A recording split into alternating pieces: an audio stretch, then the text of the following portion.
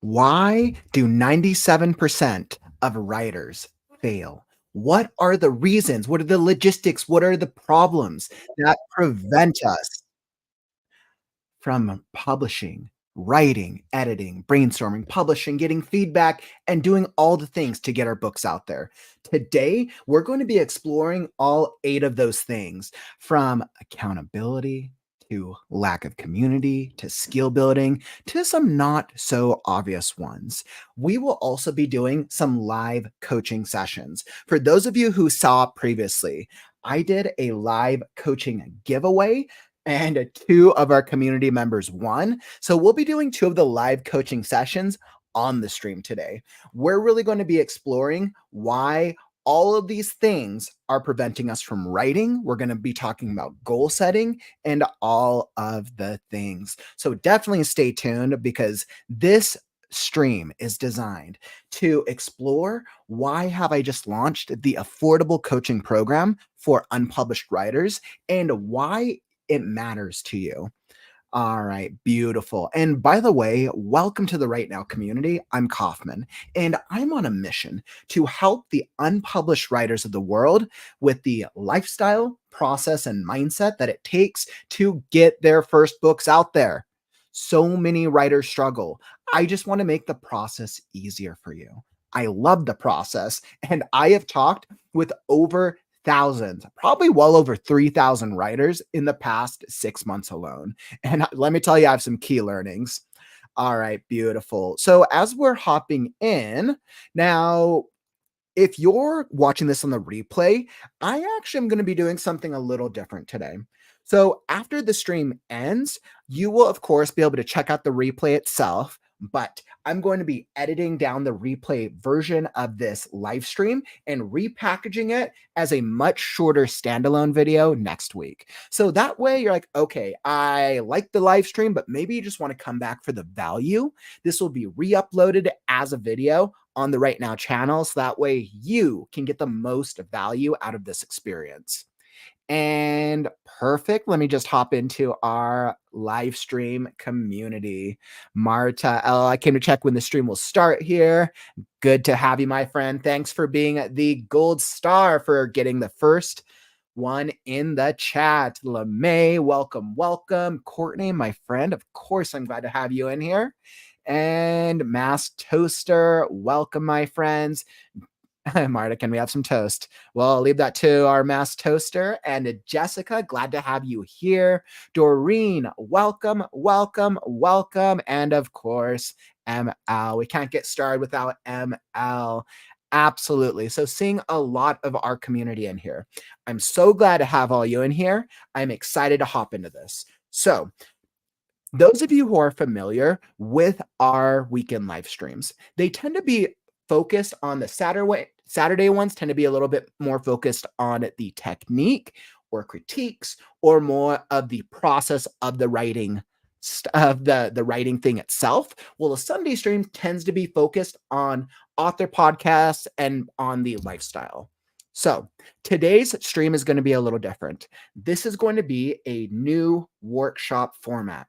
So I highly encourage you, drop your comments, be involved, but most importantly, I want you to ask questions. Today is not about me. Today is about you. It is about bringing you value. So that way we can talk about the 8 common reasons that most writers fail. What I will do is I'm going to explore each of the reasons. We'll go over them in depth. And at the end of each reason, I'll throw up comments as they are questions that pertain to that specific reason. So I highly encourage you, if one of these problems is something that you struggle with, ask questions. Now, of course, I am a writing enthusiast, not an expert, but after speaking with probably well over 3,000 writers, I've been able to pull in some key insights. So we're going to be exploring 8 of those reasons today that prevent writers from being successful with their first or early books in their series. And we will be doing a brand new thing. We will have 2, not 4, but 2 live coaching sessions today. So we'll be hopping into the first of this coaching sessions with Courtney and Nil, who are the winners of the live stream giveaway in just a little bit. And if you want to learn more about the program, like let's say you're like, okay, maybe I'm interested in writing coach, you can actually hop over to the website, over to the affordable coaching program for writers, right? So I have this here. I'll go into it a little bit more in depth in a bit. But if you want to learn more, it's posted at the top of the YouTube community chat and also down in the YouTube description. All right, beautiful. So let's hop back into it. I am glad to have all you here. So we're going to get started. So why do 97% of writers fail? So when I came across this statistic, when I came across this article, my mind was blown away. I'm like, what? 97% of writers don't fail? That's some bullshit. I'm like, that's not a thing. But then I thought about it, and I thought about all of the surveys that I've taken, all of the questions that I've asked writers over the past 9 months. Now, there's one type of survey that I've done relatively consistently over on Facebook, and if I was prepared, I would have pulled this one up previously. Courtney, apparently I need that. I should have been prepared for this mug. I just need to have that every single time I think of something to do on the live stream and then forget to actually prep it. So something that I've done previously in some of the Facebook posts, I'll show you one example of it. So I have it here on the Facebook page. So something that I like to do, I like to just pose very generic questions to the writing community, right? And Facebook has a very active writing community. And usually I'll generally get anywhere between about 300 to just under 1,000, depending on the question. I'll usually do this type of format, I would say like once every other week, because it takes me a long time to actually respond to comments, and I try to respond to everything.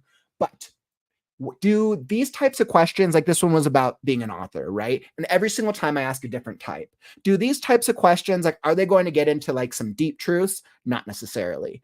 But the reason and the goal of them is to understand the mindset of where people are at in their writing journey. A lot of the times with those types of questions, I've gone through like, all right, writers, what are like the biggest obstacles? Writers, what are the things you love? Writers, what are the things you hate about writing? And so on and so forth. And what I've learned is that I get such a variety of responses, right? You get the real responses, you get facts, you get jokes, you get negativity, you get all the things. But looking at it, pulling back, you're able to analyze and look at the data of what all of these unpublished writers, some of them published absolutely, but a good deal still working on their craft and still developing. I was able to refine it into 8 of the most consistent problems that I've seen. 8 of the most common problems. And some of these problems are things that I end up working with my clients on as a writing coach. So I'm going to explore each of these 8 problems today. We're going to be starting right into the first one. So what we will be hopping into first, the first of the 8 common problems I have seen that prevent a writer from being successful is community. A lack of a community. Why is community in as a writer important? Those of you who know, those of you who've joined the WriteNow community, you generally know like this, how much value you get out of A, being able to talk with other writers, B, being able to connect with just other people who share the same interest. C, being able to have an opportunity to put your work out there and receive feedback. Now, some communities have the feedback option, some don't, but that's just an aspect of it. Now, what is a writing community, right? It could be something like a WriteNow community where it's an online brand that's done through the YouTube channel, through Facebook, and through social medias, or it can be something like a writers group. A writers group is one of the most common forms of a writing community. A writing community could also be a conference. It could be that conference that you go to once a year where you met your best friends, where maybe you met a potential publisher, maybe you met some editors there. And maybe they have a way for you to stay in touch, or you connect with them over socials over time. One of the reasons that I see a lot of writers fail is because they don't have an established community. They do not have a support network. You can probably relate with this. If you have ever struggled as a human being with anything, with problems in your life, whether they were health concerns, whether they were relationships, whether they were work problems, or any of the other things that just go a part of living in today's age. If you are by yourself, you will feel more isolated. When you have somebody to talk to, you will generally feel better if they are giving you your expectations, right? If they're listening to you and you just need someone to listen to you. If you talk to them and you trust their advice. You need a support system. I see a good deal of writers not successful because they treat the writing process as an entirely solitary process. And that's great. Like, there's nothing wrong with the writing portion itself of doing it yourself, going on a writing retreat, going up to your cozy cabin in the woods and isolating yourself from social media because social media can inherently prohibit us from actually writing sometimes. We start with the best intentions, but then we easily get distracted and we never write. So, you need the community because A, you need people who are like minded and believe in similar things. If you put yourself with people, talking with people, whether it's physical or virtual, if you put yourself around people who share similar interest and are trying to pursue similar things, you are more likely to be successful because you're thinking of the same problems. You're dealing with similar obstacles. You might be at similar parts of your journey, but then the great thing is you get to learn from other people who are dealing with other parts of their journey. And I guarantee you, a lot of the problems that we have dealt with as writers, we have all experienced at different parts of our journey. Whether that was getting feedback from other writers, whether that was writing the greatest chapter in the history of the world and then realizing that it's actually garbage, or maybe writing something we just weren't too confident in, but then people listen and or read it and like, oh yeah, that actually is good. Or maybe just diving into the water. We have all started as a new writer somewhere. Some of us started with writing through education. Some of us went to school for writing. Some of us just one day were like, you know what? I feel inspired. I read a book. I watched a TV show, a movie. I heard a real life story. I think I can do that. I'm going to write a book. Other people, I am inspired. I need to make money. Well, that's a hobby. All right, let me try to make a living off of that eventually, right? All these different things, a lot of us writers have gone through. And that is why the community aspect is important because it allows you to share common pitfalls, traps, and obstacles with each other. Right. And then for those of you who know with the Right Now community, you know that this is a unique daily live stream experience for writing. Imagine that, like, imagine if you hadn't come across this community, right? And think about the value that you would have missed just by unless from like what I'm putting out. Like I know a lot, I try a lot of different things, but also think about the other writers that you hear in the chats. Think about the feedback that you get on your critiques, on your story excerpts. There is such an incredible amount of value. But if you're here in the Right Now community, I know and I believe that you understand the value of community. Otherwise, you probably wouldn't be here. So, we are going to wrap on that first one. But now is the time. Do you have any questions? I want to pull up some comments on community. So, Marta, I totally agree with the community thing. When I started writing this book, I believed I would make it until the end, and maybe I would. But now I'm even more sure I will not fail. Amen, Jared, to the need for community. That's how I found this channel. I was searching for a community.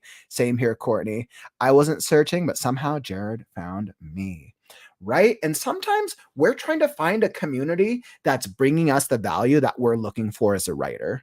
And maybe it's just a matter of going out there and searching, especially if I live in, let's say, an area in the middle of nowhere. How do I find a community? Virtual experience. And sometimes you can try a community and it's not the right fit for you. So you have to clarify these things. What specific things do you need out of a community? You can be involved in more than one writing community. Maybe one writing community feels that need of, okay, I need to be inspired and I kind of want that motivation. Another writing community could be like, okay, I need feedback on my work and I want to listen to writers who are published and have done all the things. Or another type of community could be like, all right, well, I need feedback and I want to hear writers giving feedback. Sometimes the communities do all the same things, sometimes they do different things. It is understanding what your needs are as a writer. Every writer has different needs.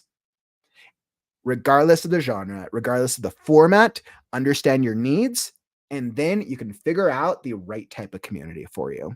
Perfect. So, problem number one, community. All right, perfect. And problem number two. Now, this one is not quite so obvious. This is of our 8 problems today. This is one of the ones that are not as obvious, but when you think about it, you're like, oh yeah, that actually does make sense. This is probably one of the most overlooked of the writing of the problems that why I see writers fail. Okay.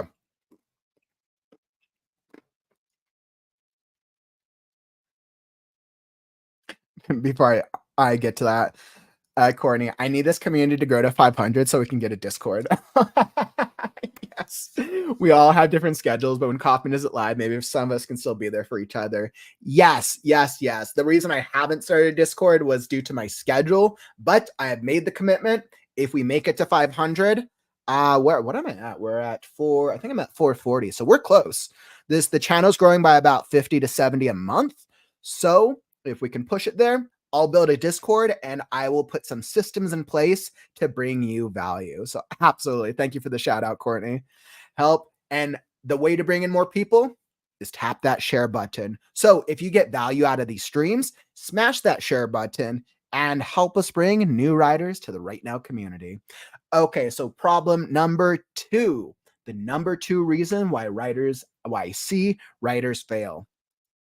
They do not have a book development plan. What is a book development plan? Now, we're not talking about outlining. We're not talking about the story logistics itself. We're going to pull back. We're going to pull back for a second and look at the overall journey of your book. First off, what is your book? Actually, let me take a step back for a second. If your goal is to have fun and write a story and just put it out there, you probably don't need to worry about this much.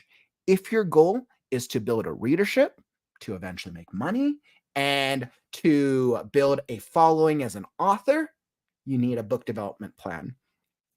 What this is treating your book as the product that it is, as a book.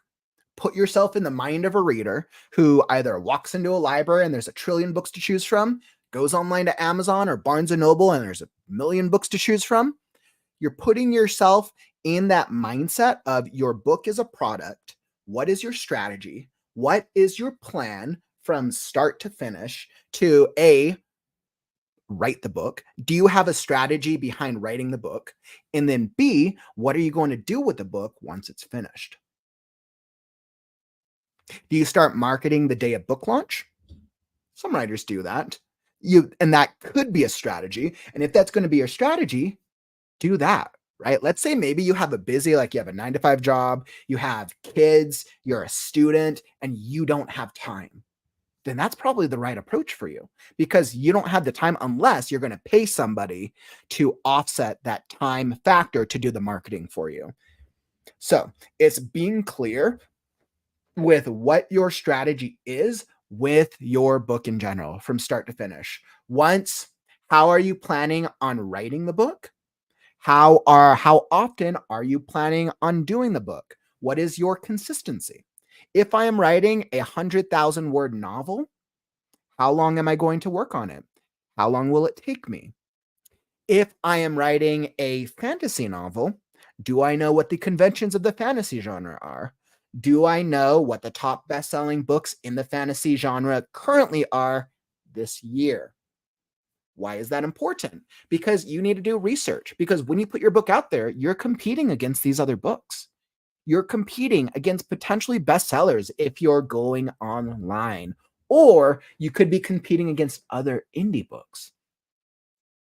People make decisions with their wallet. People decide how, if they're interested in a book, if they see the cover looks cool, the blurb matches the type of things they look for in a story, and then the first chapter, the first couple pages, pull them in, and it's the reading experience that they want, they will read the book. You have to put yourself into that reader's mindset. And the only way to really understand the reader's mindset, I know like you probably read 3 books a day. You've probably been reading books your entire life. Or maybe you're not as much as of a reader, but you have to understand what is that mindset from the consumer reader's mindset. Because I hate to break this to you, unpublished writer, unpublished writers out there, I hate to break this to you. And I'm going to say this in the kindest way possible. Nobody gives a shit about your first book. And that's the truth. But that's all right. It's not a bad thing. It is not a bad thing. You have to understand that that is part of the game. It's part of the market, right? The only way you will make people care about your book is if you have a strategy behind it, whether there is a marketing strategy or whether it is maybe I'm just going to post and talk about my book once a day for a year. You might build a following. And then in the meantime, you're still writing the book, you're still doing the things, you're doing all of the things that go into developing the book, but you have an overall strategy for A, how long is it going to take me to write this? What are my systems for consistency, accountability? What are the things in place? How am I going to get feedback for it? What is that process? There's so many ways to get feedback, right? What are the systems I have in place to actually go about writing the book itself? And I'm not talking about doing like the minutia of like, all right, I'm going to outline this. No, this is about what's the overall strategy for the book, what's the overall strategy for the marketing, and then what's the overall strategy for the book launch. And then the next book, if you're working on a series and you're going to do 5 books, how long is that going to take you? And it's all right if this takes 6 months or 6 years. There's no right or wrong way to this, but you have to be clear with what your goal is. You have to be clear with your lifestyle and your goal and your consistency. And you have to be all right and allow yourself to take breaks if you suddenly start dealing with a terrible health disease or a health problem, or suddenly your kids start needing more of your attention, or suddenly school finals start getting too difficult and you have to deal on school. It's all right to take a break. But if you have a plan, then you know that you can return and you can hop right back into it. So, one of the reasons I see writers fail is because they don't have a clear book development plan. And then, like, you can always change it as you go. Like, that's fine. You can change it, but you got to have a plan to go into it. Even for our pantsers out there, you still got to have a plan. Or you can maybe not put a plan out. And then when you don't sell any books, that's on you. Now, there could be the 1% of people who don't come up with a plan, who write the most amazing book and put it out there and it goes viral. It can happen, I'm sure.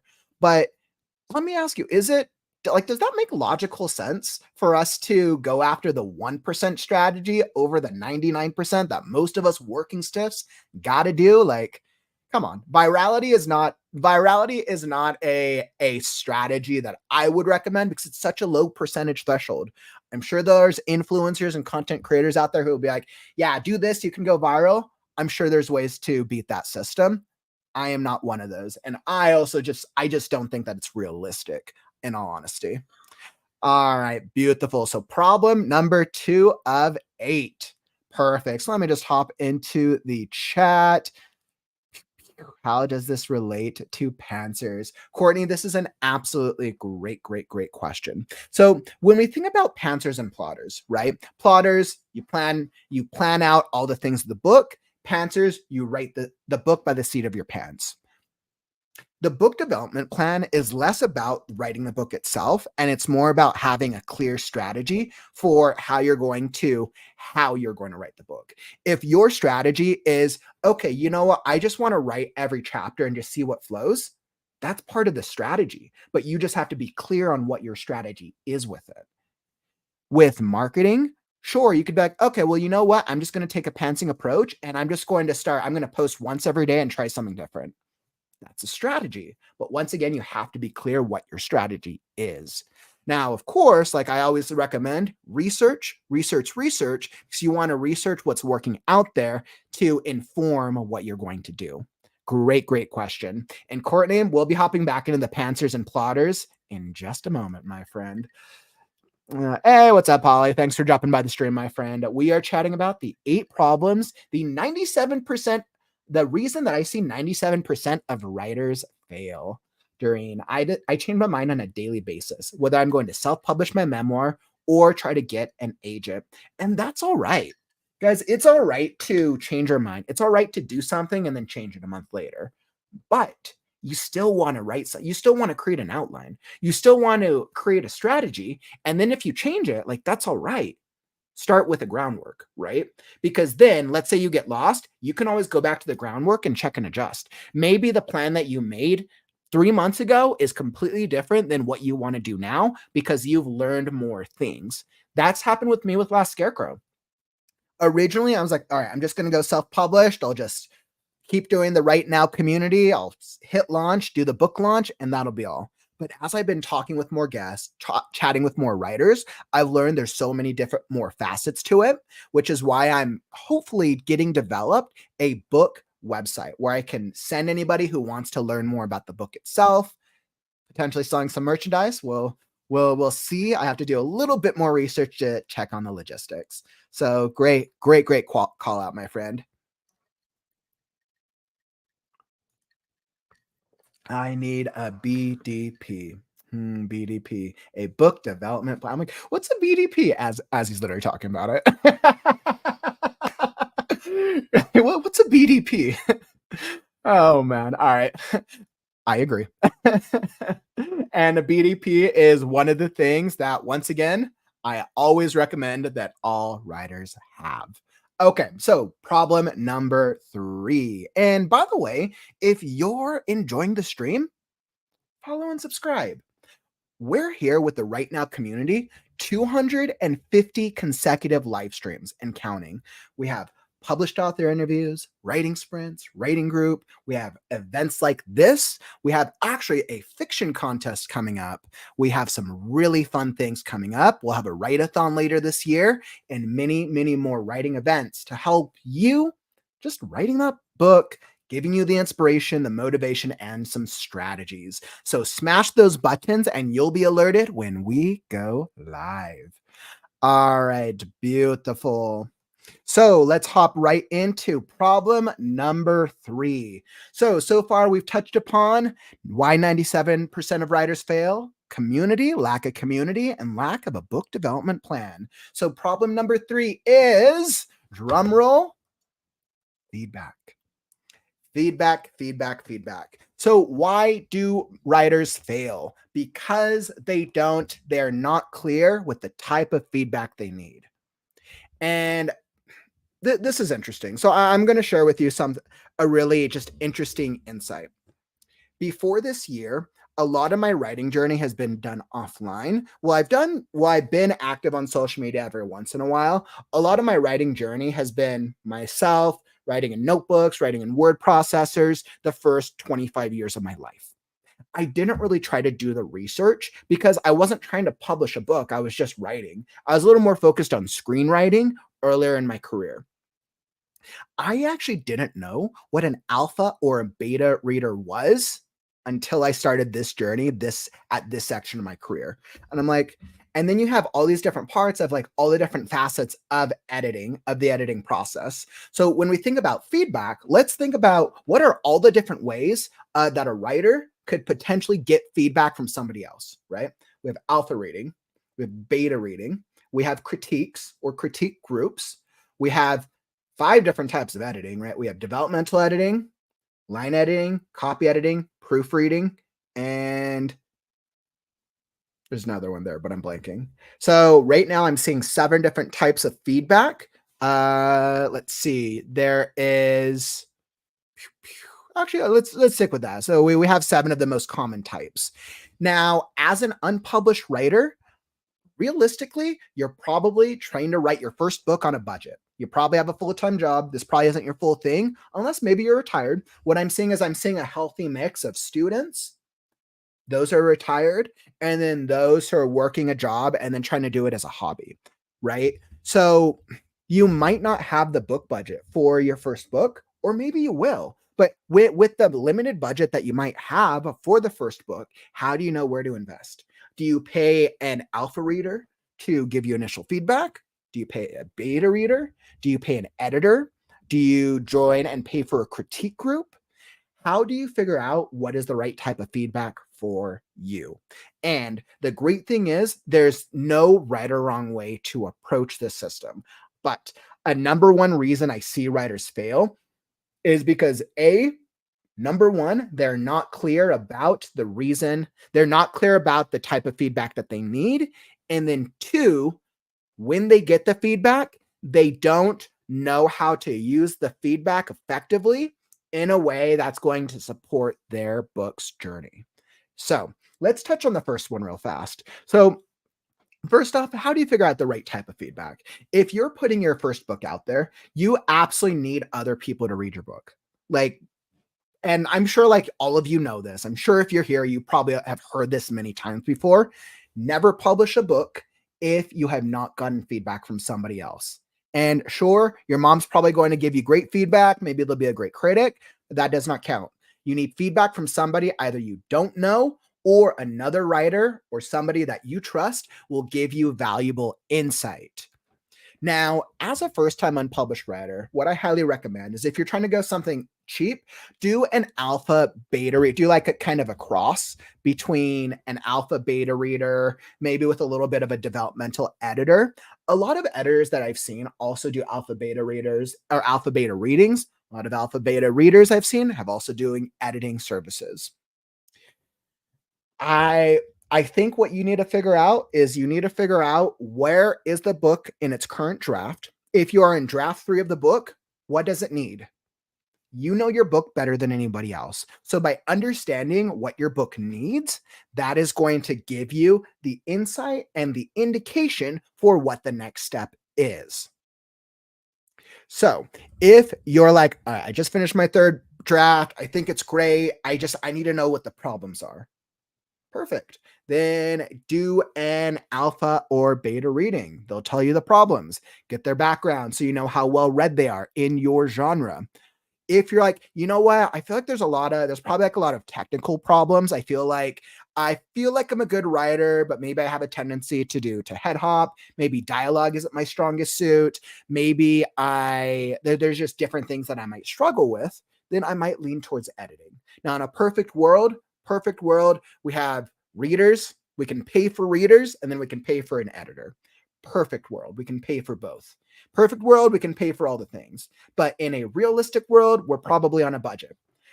Try to find a reader and then try to get an editor. I would recommend the 2 approaches. Do a reader, take the feedback, and recognize that you don't have to do all the feedback. You don't have to do everything. You can, but it's your book.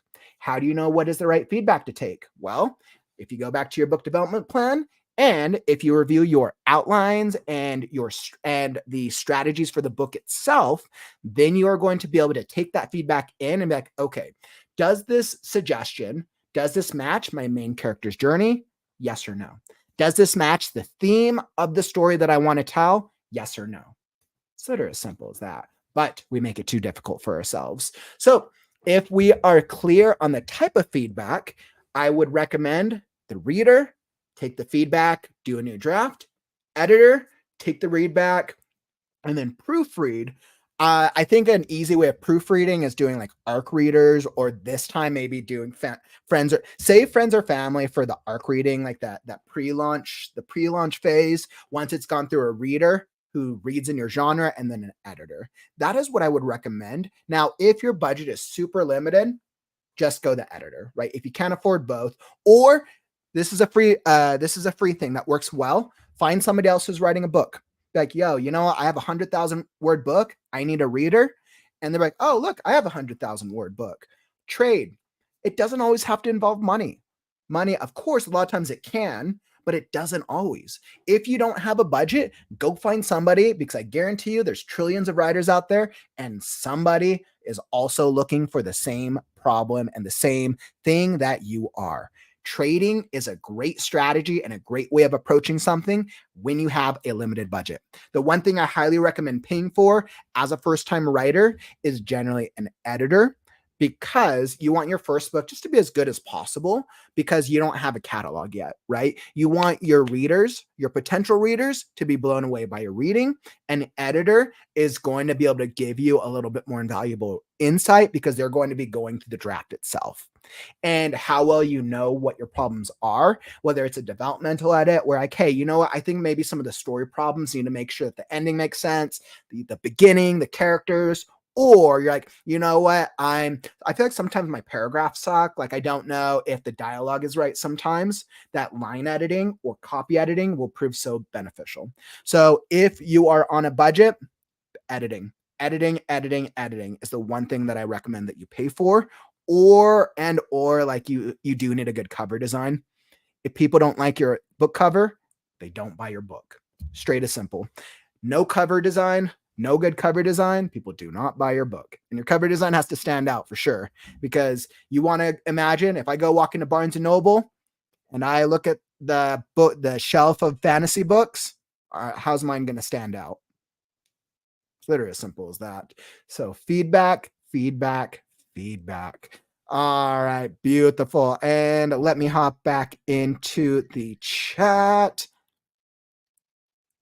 Absolutely. Hey, what's up, Lucy? Glad to have you in the stream, my friend. Thanks for dropping by. We are just chatting about the 8 problems that prevent writers from publishing their book.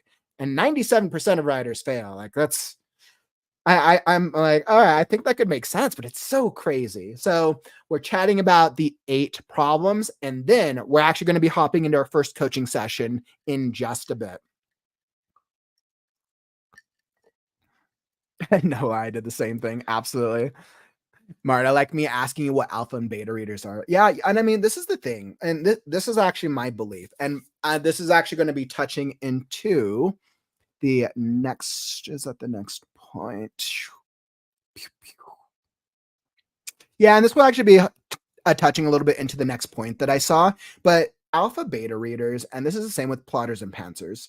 Somebody somewhere, I'm sure it was a content creator, I'm sure it was a publishing house, I'm sure it was an editor, came up with these terms. Somebody came up with the term plotter and pantser, because plotters and pantsers were not a thing 5 years ago. But somebody came up with the term. Their following probably liked it. It probably spread from person to person, and then it became a thing. It literally is just understanding. It's less about the term. It's understanding what is the value that I need. You need feedback on your writing. You need some type of editing, and then you need some type of final system check before it gets published. Great call out, Marta. Beta readers are hard to find. I have some, but I need more who read books in my genre. Yeah, and it's always, I think it's always a challenge to find the right readers in your specific genre. And yeah, that's just a matter of searching. Like, Critique Circle is a great website for finding readers on there. There's so many different websites, but just trying to find who are in your specific genre. Yep. And there are absolutely ways to get alpha and beta readers for free. There absolutely are. Some people do it, some people charge. I charge for alpha and beta reading personally, because I try to do like a one size fits all, and I try to incorporate an alpha read with some editing. So I try to do a blended approach to try to give writers the most value. But there absolutely are a lot of alpha and beta readers who will read your stuff for free. There absolutely are. Now the challenge is, are they quality and will they give you good feedback? Maybe yes, maybe no. Ask for their credentials, ask for what they've read before, ask for what is that value that you can get from them. Absolutely. That's an absolutely great call out, Courtney. 100% agreed. My first mistake with my first book was beta readers to read the first draft without editing. Ooh, big mistake. My first try was beta readers to read the first draft without editing. Yes, I highly recommend you take your book through 2 drafts before you get a reader. I think 2 drafts is good. 1 rough draft, have fun, try new things. 2nd draft, fix the things that don't make sense, so that way it's readable. Yeah, I generally recommend like 3 drafts, but the 3rd draft can be hit or miss depending on what your goal is. And then your skill as a writer, not saying UML, but just in general, is a huge factor in whether or not that you need a 3rd, 4th, or 5th draft. For me, 2 to 3 drafts would work. I've been writing since I was 6 years old. I have the skill because I've been doing it my entire life. Somebody who just started writing this year might need 5 or 6 drafts just because like this, it's not a comparison. It's just like your skill level. You have to take that into account, right? And the amount I can accomplish in a single draft will be different than somebody who just hasn't written for as long, which is where coaches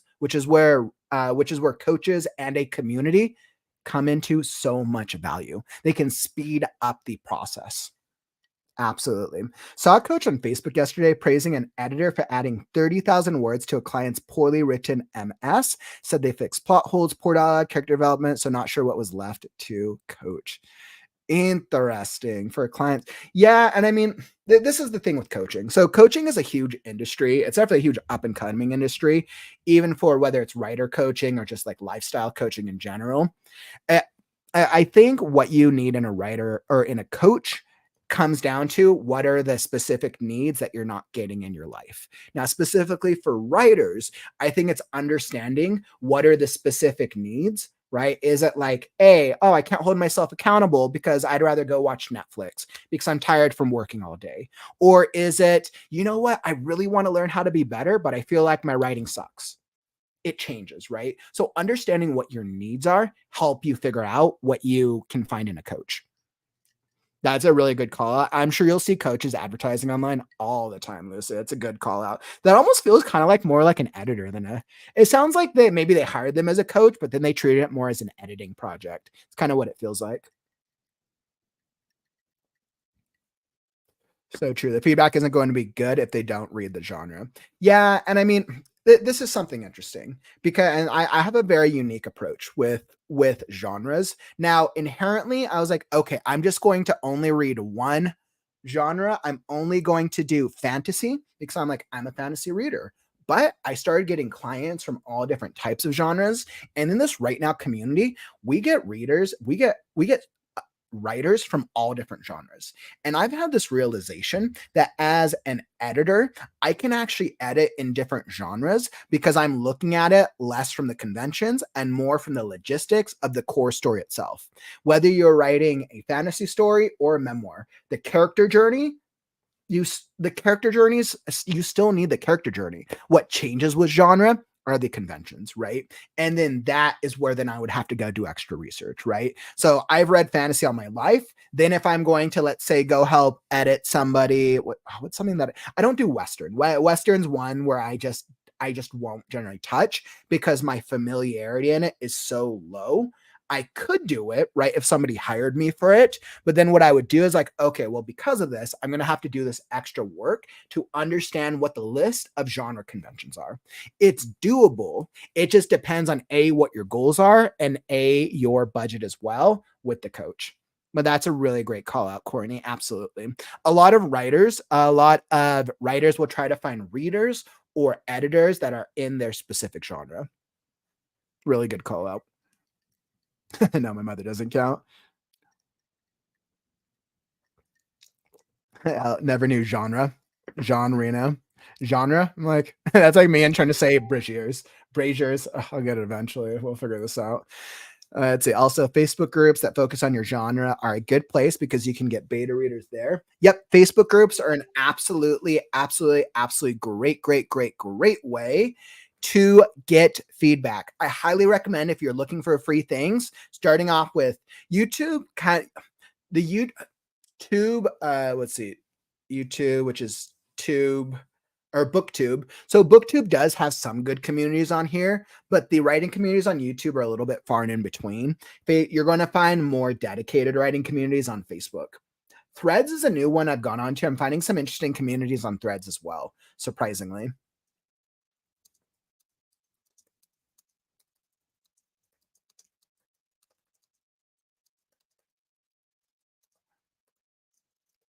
Okay, perfect. So beautiful. Excellent. So let's hop into the fourth. What is the fourth problem that prevents writers from truly finishing their books, from finishing their early books? What is problem number four? So, as you know, we've touched on the first three problems: community, book development, feedback, and number four problem is a clear book development system. Now, not to be confused with a book development plan. The plan is the big picture. How am I going to, what is the systems I'm going to use to write the book, market the book, and publish the book?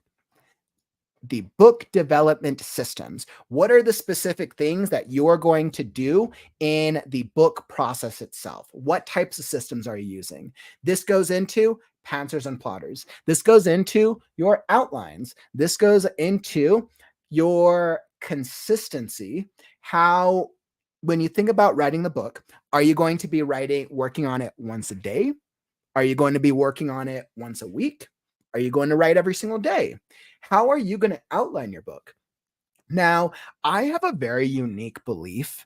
I've come to this realization over the past, I think I've come to this realization over the past couple months, but I don't know if I necessarily believe that a writer can truly be successful as a true pantser. I don't know if you can actually be successful as a pantser in the overall story book development process, and I'm gonna tell you why. You can write the entire rough draft by the seat of your pants and have fun. That I do agree. That I believe in. I believe in following your creative expression, follow what comes naturally to you. That is very important. You're going to have to figure out how to solve all of the problems of your book. Very few writers, even the best-selling authors, the Stephen Kings, the Brandon Sandersons of the world, they still have to go through a process. Now they put in so many reps that they've sped up their process, sure, but even published authors still have to have a process. The problem with pantsers is you can write the full first book, which is great.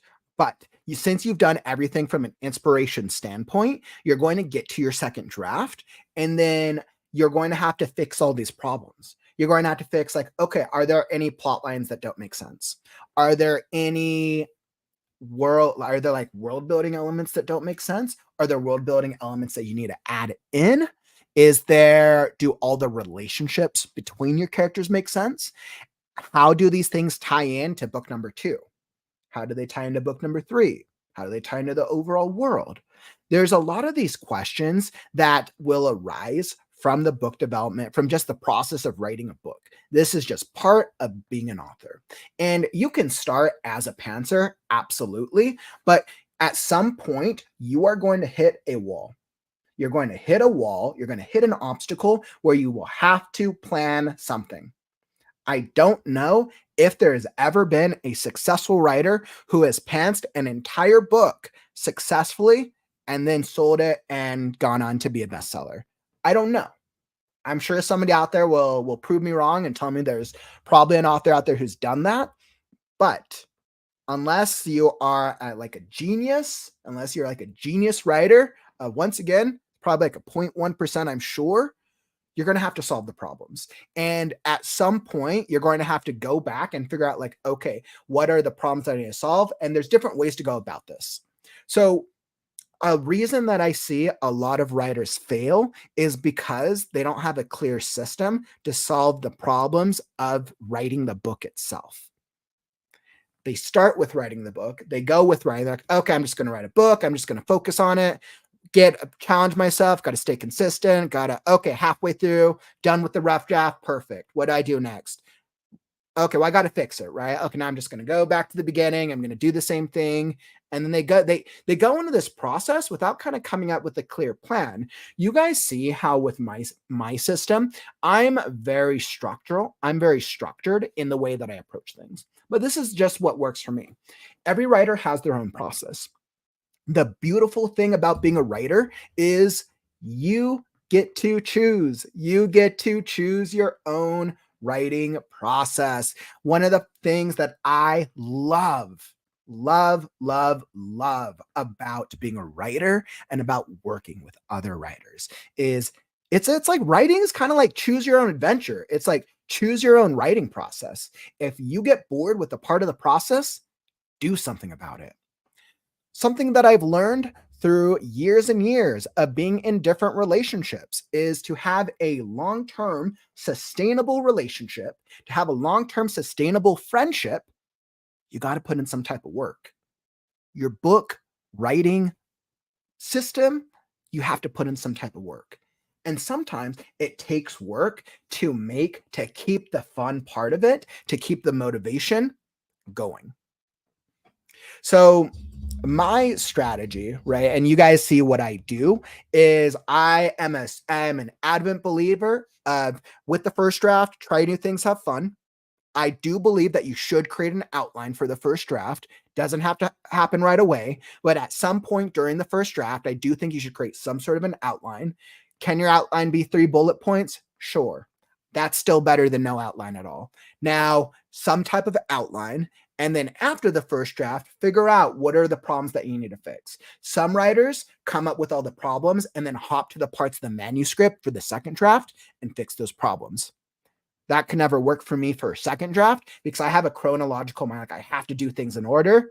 That's just the way that I've always been, which is why I do all the things. I have come up with the list, like you're saying, and then I'm going to go from start to end of the second draft. Some writers do that, and that's another strategy. Now, I'll hop around in the manuscript to different parts when I get to some later drafts because I know there's less to fix.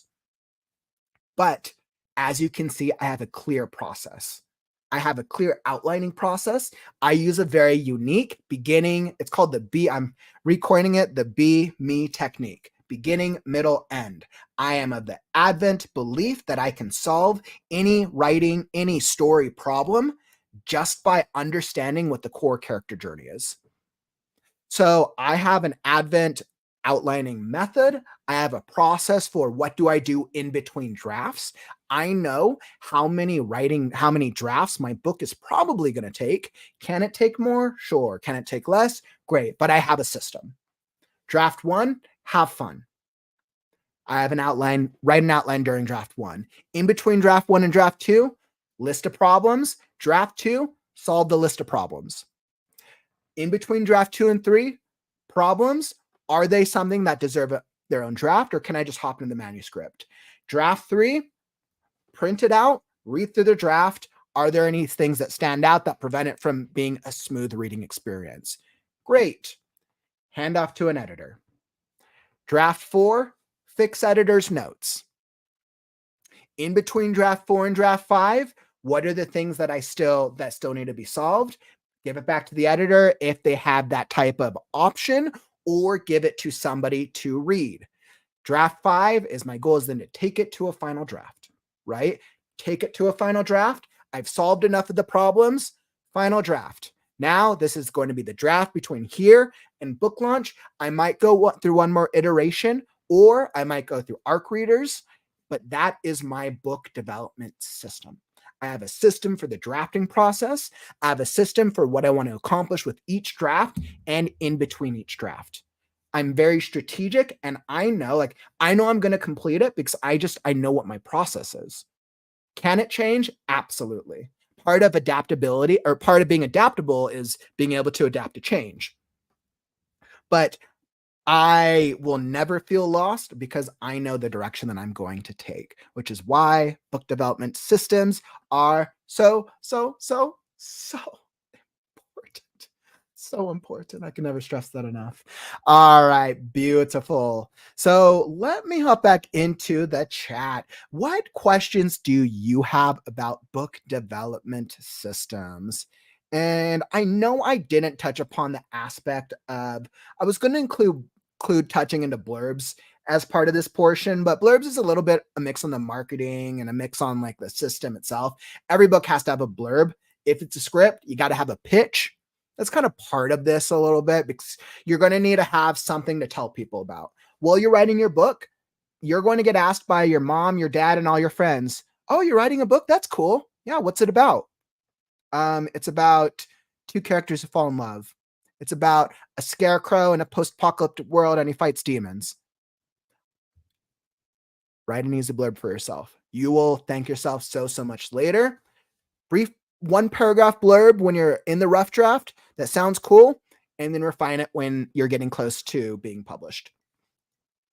Awesome. What do we got over here? So let me hop back into here. Scribify. Yep, Scribify is a good writing platform. I've heard about it. Haven't explored it too much, but I do know that's a good platform. All right, beautiful. As a pantser, reverse outlines help me keep track of everything. Ooh, that's interesting. A reverse outline. Courtney, I'm definitely going to ask you about this. I want to know a little bit more about what a reverse outline is. I am intrigued. Doreen, you're going to have to figure out how to solve all the problems in your book. J. Kauffman, true words. Aw, why is this said not all the time? Aw, Doreen, you can quote me. I love that. I'll take it. That's a good quote to have. You're going to have to figure out how to solve all the problems in your book. It is my one belief. It is my one true hope that before I die in hopefully 50 years, or I get hit by a bus or whatever happens, that I have one quote out there that becomes remembered. One quote, hopefully a good quote. Hopefully it's a cool quote, but I do hope that I get at least one cool quote in my lifetime that carries on as my legacy. I'm like one cool quote. Thanks, Doreen. I actually love that. That inspired me. Thank you. Let's see, Doreen. We should get a notebook that has those daily Jake Kaufman quotes. I was like, I don't think I have that many quotes, but maybe I just say random things and some of them become quotes over time.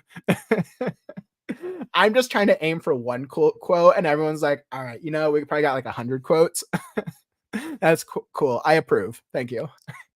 Not stoking my ego at all. WTC. During my process, I create the premise and the ending, then make my outline using either the 3-act or 5-act structure. Then I outline the high points of the novel, then I pants the prose.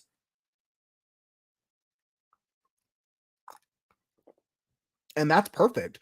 Because it sounds like WTC, you have a clear writing system that works for you. And that is awesome. That's probably why WTC, you're going to be successful. It's probably another reason that I believe you shared your like 5 books, but it sounds like your consistency with your being on books 2 and 3 of your series. One of the reasons that you're finding success is because you have a clear writing system that works for you. Sometimes you can copy, and this isn't just for you, WTC. Sometimes you can copy others' writing systems. Sometimes you get to make up your own with different things that work. And I think that's really, really cool. I am with you, WTC. I use 3-act, 9-block, 27 chapters. I outline all high points and start typing.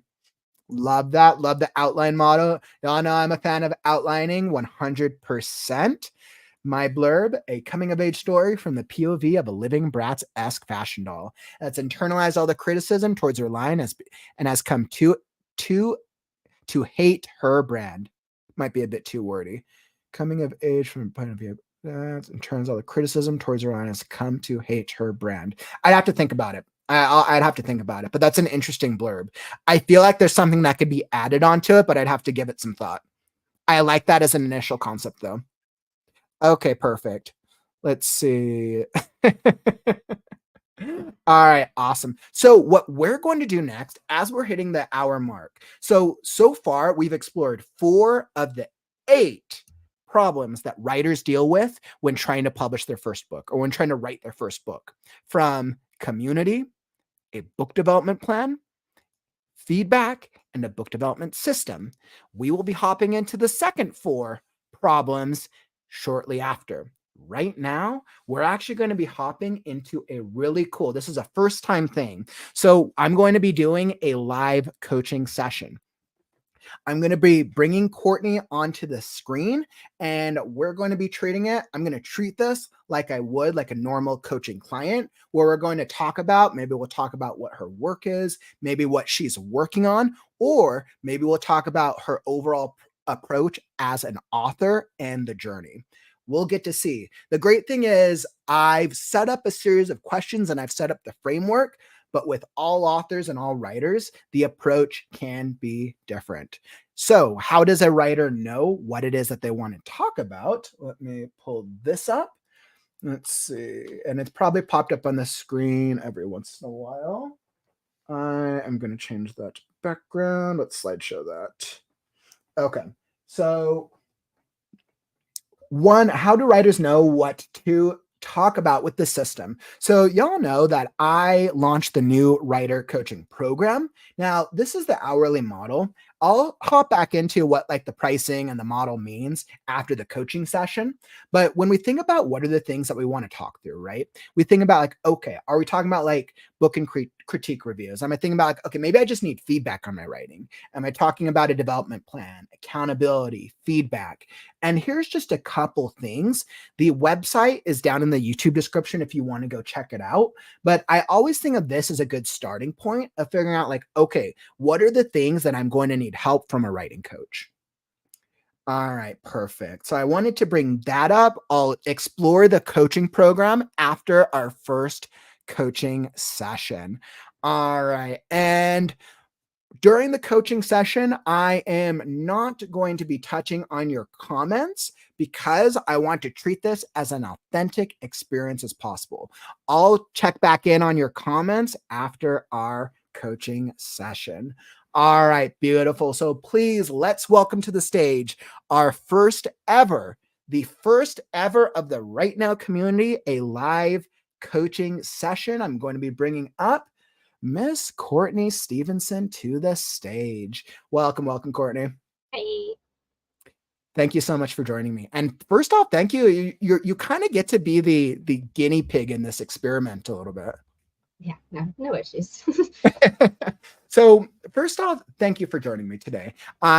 When we did the giveaway, when I did the polling yesterday, and I saw yours was one of the names that popped. I'm like, this is so cool. And I thought it was cool because I'm like, all right, well, I finally get to meet her and I get to learn more about her, a little bit about her journey and what she's been working on. Because I've been really impressed with your character work from your book that you're working on, Falling for a Storm. Yeah. Okay. I was like, I want to make sure I got the title right. And even beyond that, you hit a huge milestone with this week with your book. Yeah, I hit 51,000. 51,000. I'm like, oof, that's incredible. Whenever we hit milestones like that, always so impressive, and once again deserves another. Maybe. There we go. Because I know how I felt when I hit that 50,000 count on Last Scarecrow.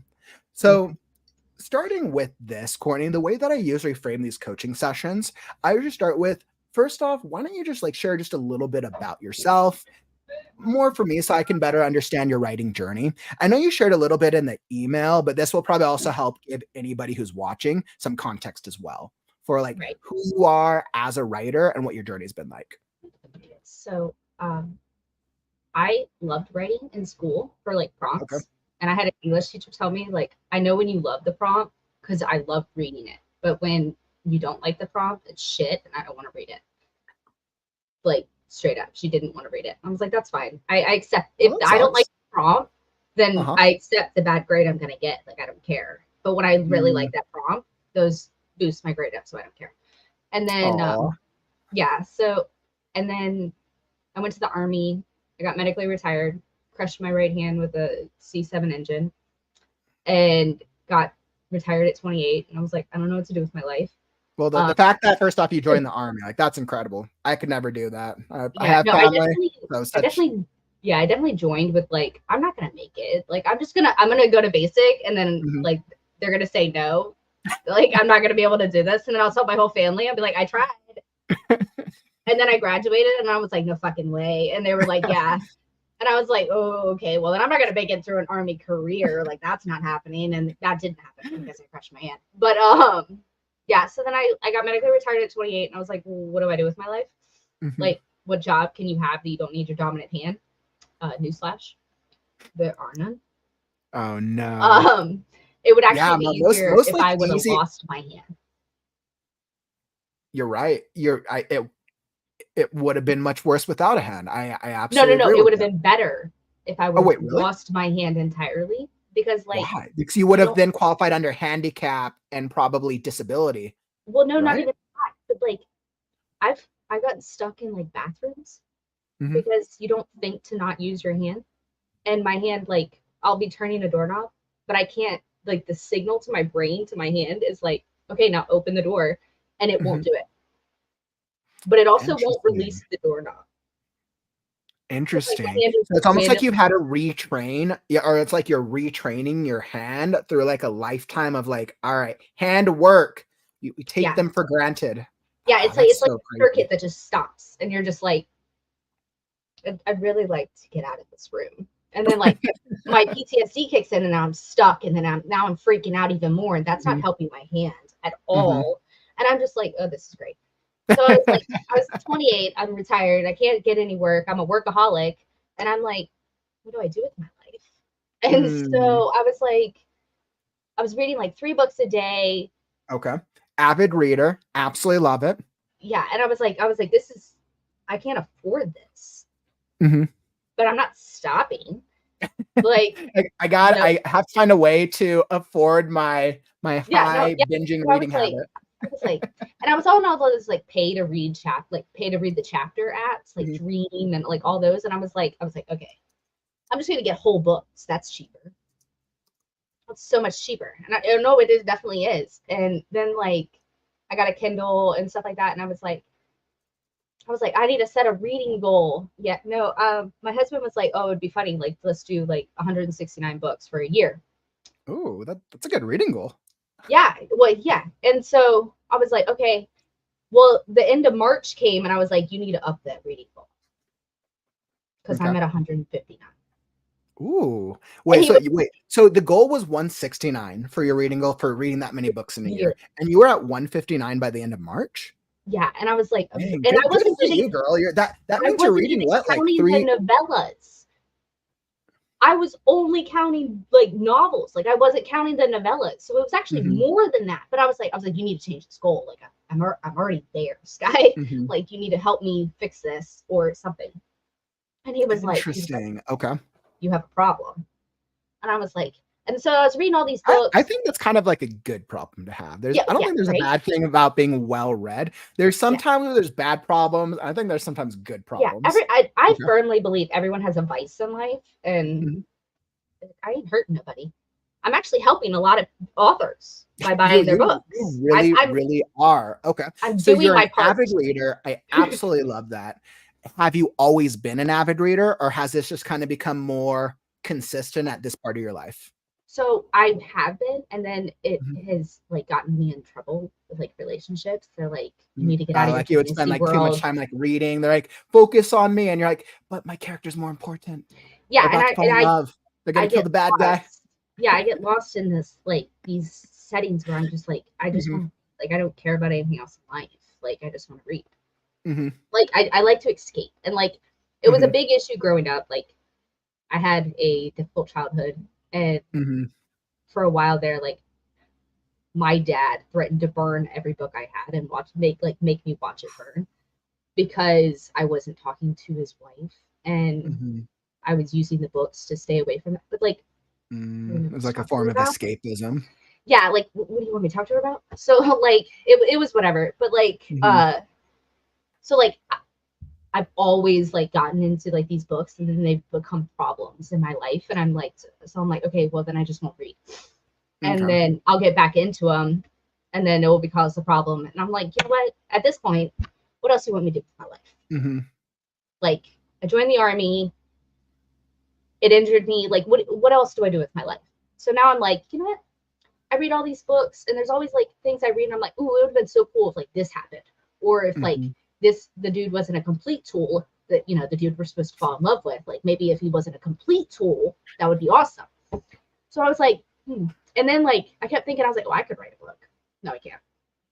And then I was like, no, I really could. I could write a book. And then like I kept like falling for a storm like just came to me and I was like, yeah, that would be a cool book. Like somebody should write that. mhm, This is what I was telling myself. Like somebody should definitely write that. That would be such a cool book. Yeah. And then it like kept coming to me and kept coming to me. And like the reason Falling for a Storm is stationed or like takes place in South Carolina is because mhm. that's where big part of my family's from. So Mhm. like I know the area. And like I went to visit my mom in South Carolina because my grandpa had passed and she's taking care of his house and getting Mhm. it all set up and stuff. And I came back from that at like end of July. I came back from that trip and I was like, I'm writing a book because I can't get this story out of my head. I'm just gonna write the Okay. book. And I was like, and then I was like, I get all this advice that was like, don't ever publish your first book. Your first book's always gonna be crap. Like, don't publish the first book. Like, use that Mhm. as like a stepping stone that teach you like what you're supposed to like, what you need to improve on and all that. So I'm using Falling for a Storm Mhm. to be like, okay, I'm getting all my crap out so Mhm. that my next book can actually be something that can be published and can fund Interesting. my So reading okay, habit. so you're treating Falling for a Storm as kind of like the first like practice. It's Yeah, kind of like your first practice novel. Are you thinking of this second book as being part of the same series, no, or do you think it's going to be a completely different yeah. standalone? I Okay. pitched it. I pitched it in that little pitch wars thing, Mhm. Yep, yep, and yep. it I came to remember. me during one of your lives, like the story idea. And I have done like Woo. when I am not working on Falling for a Storm, and I've like committed myself that I need to be done with Falling for a Storm before my birthday, October 1st, because I'm Okay. gonna prep Ooh, it's right. How do you know what your the word count is of it, or your anticipated word count? for Falling for a Storm. Mhm. 80,000. Okay, cool. Wow. So Yeah, so I'm 50 like of 80. 65% Okay. of the way Oh, through it. six. Wow. Yeah, you're Yeah, making great progress, by the way. You're yeah, making great progress. So I just want to say, first off, thank you for sharing all that. That's some incredible insight into your journey. It sounds like you've definitely gone through your own share of experiences, which you're probably able to infuse a lot of your experiences and learnings into your writing, which is incredible. And then that combined with your reading, you're an avid reader. And I'm not going to touch on too many comments, but Doreen said you should start Readaholics Anonymous. yeah, yeah. No, I have a problem. I'm aware. But that's we all do, right? We all Yeah, have our vices. It's understanding that consistency and that balance of like, okay, when is too much detracting from life? yeah. So with your writing and with this part of your writing journey, what I guess what would you say are some obstacles that have been preventing you from writing? Because you spoke to a couple of the mindset, a couple of some really interesting like mindset questions when you first started. And you Yeah. kind of had these almost like what are they? There's a term for them. They're like false, almost like insecurities of like, hey, I should write a Intrusive book. thoughts. No, I My shouldn't because intrusive thoughts. Yeah, I'm gonna suck, right? yeah, And there was you went through that, but then you still pushed yourself through it. yeah. So what would you say are some obstacles that you're currently dealing with maybe right now, or maybe some obstacles that you foresee yourself dealing with in the coming months? So when I first started, I was trying to do 3,000 words a minimum a night. Mhm, And then I got to 30,000 words and my hands swelled up for 2 days and I mhm, couldn't write anything. So I realized that I needed, like, it was a great pace to do the mhm. 3,000, but I wasn't doing anything between writing to acknowledge my injury. Okay. And so my biggest struggle is like, okay, like I know I'm gonna write a lot tonight. So like I have like icy hot on, the tiger bone on, and like I have Mm, like this heated turtle that you like stick in the microwave. And like mhm. right before I'll start writing, I'll put the heated turtle on so that I can write more and not deal with Interesting. the 2 days off from the swelling and the pain. And because like that's not helpful to anybody. And that's also a unique problem that you're dealing with. I know that not everyone out there is dealing with a hand injury. I know there's so many writers out there who are probably working through mental health problems or working through either different types, maybe like they're dealing with a disease or physical ailments to try to write their book. Yeah. With your injury specifically, have you considered doing any type of word to text format at all? So And the because thing with I think you've mentioned this in the comments before, because I know I've talked about it. yeah, the thing with that is I'm trying really hard not to let my accent come out right now. Not to what That's was that? my accent. Mhm. I'm like trying really hard to not sound like the most illiterate Boston redneck you've ever heard. Because Well, my you're a normal muff day because I'm life, not actually sure what a Boston redneck sounds like. Yeah, I me. probably still think your accent is awesome regardless. With Yeah. accents, I'm like, wow, they're really cool. Could that be a character? No, they're great. Writer.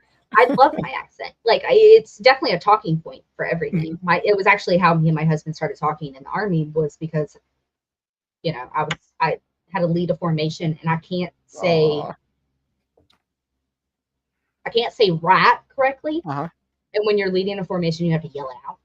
Mhm. And I had It's all my like NCOs when I dying of was young, laughter. I had a problem pronouncing R's. When I had to do Yeah. speech therapy to get like R, I just couldn't pronounce the R for some reason. I had to do speech therapy in school so that you could actually understand me, and I didn't actually Okay. need a translator. Mhm. But like, my parents met in the Navy. I was around a lot of Mhm. accents when I'm starting to just talk.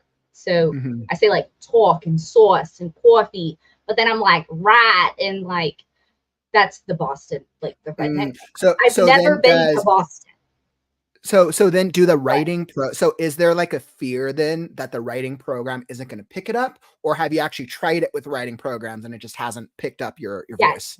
they can't understand. Interesting. So like, Interesting. It sounds I like get you need a so writing program that's frustrated. like I feel like okay, if we have any programmers out there, we need a writing program that understands accents. I wonder if Yeah. there's a speech to text out there for different accents. Or that But something that's that like actually interesting. learns you and be like, Mhm. did I get that word correctly? No. Mhm. And like keeps trying until it gets it. Like, it just learns you. That would be awesome. But Mhm. like on, I'm not gonna say the name because it's gonna pop everyone's phone. But like, Mhm. the ones on the phones, Mhm. like I've heard of them before. the Mhm. AIs on your phones that like you can talk to them and you're like, hey, this, Mhm. like, write this text. It never gets it right. I have to change it to Australian for it to understand me, even though it can't Mhm. do the, like, if I say like, send a text to Scholar, Mhm. like, go get me groceries or something like that. Like, it won't text it that. It Well, says this weird off the wall crazy things, and he's like, "You drinking? No, no, I'm not Well, drinking." what I can say now, Courtney, just from having chatted with you over this past 10 minutes, is like if you hadn't have mentioned the accent, I honestly wouldn't have even known the difference. But this could be because I talk to people from around the world for the most part, but like I wouldn't have even noticed the difference. Something have you considered trying then maybe doing some like a type of blended approach with the speech to text where you write a good portion, but then maybe you speak certain sections? Because like based off what you've been saying, I think it would pick up everything that you said. If we turned our conversation so far, the 10 minutes, into a transcript, I think it would get at least 90-95%. Yeah, I I feel mean, I feel I confident. I could try it. I just, my house I is just so feel bad for your quiet. hand injury. Like that's such that the fact that you're willing to overcome that first off, that's incredible. But just for long term, right? Yeah, What I wouldn't want to happen, Courtney, is in 6 months, right? yeah, For you or to deal with something in life and then for halfway you through the to project. then be like, all right, my hand's in pain so much, screw this, I give up. Yeah, Not saying that that's going to happen to you, but but it's a possibility. it's trying to Yeah, come up with a strategy, right? And I feel like, I mean, I know nothing about hand injuries, not a doctor, but I feel like if you find a way to maybe try to incorporate speech to text, that might help you in the long term. yeah. I mean, I get it. I guess I fear that, like, if I do that and then it Mhm, gets, like, it doesn't pick up, it's all messed up, it's all jumbled. The thought of mhm. what I was writing is gone. Interesting. Okay, And then like, okay, I so see. then I'm like, okay, well, then it's like a third draft, and it's like, okay, well, Interesting. So it's you not feel like finished if you're off. doing it, it's gonna create extra work essentially. Yeah, but Interesting. I do know I need, but it's like, I change a lot of the words that I say Mhm, out loud versus what I type.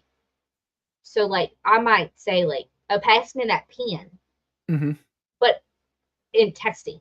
But if I'm saying it out loud, I'm like, "Can you grab me that ink dispenser?"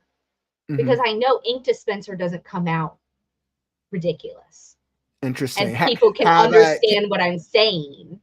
can you train, and I don't know the extent of some of these programs, but can you train a speech to text program for your accent for it to like pick up your dialect? I wonder if there's programs That's out what there I that can wonder. actually where you can actually train it. Now, like Yeah, I don't know too many of specifics. One of our community members, Stephanie Pills, is another daily writer, she uses speech to text for everything.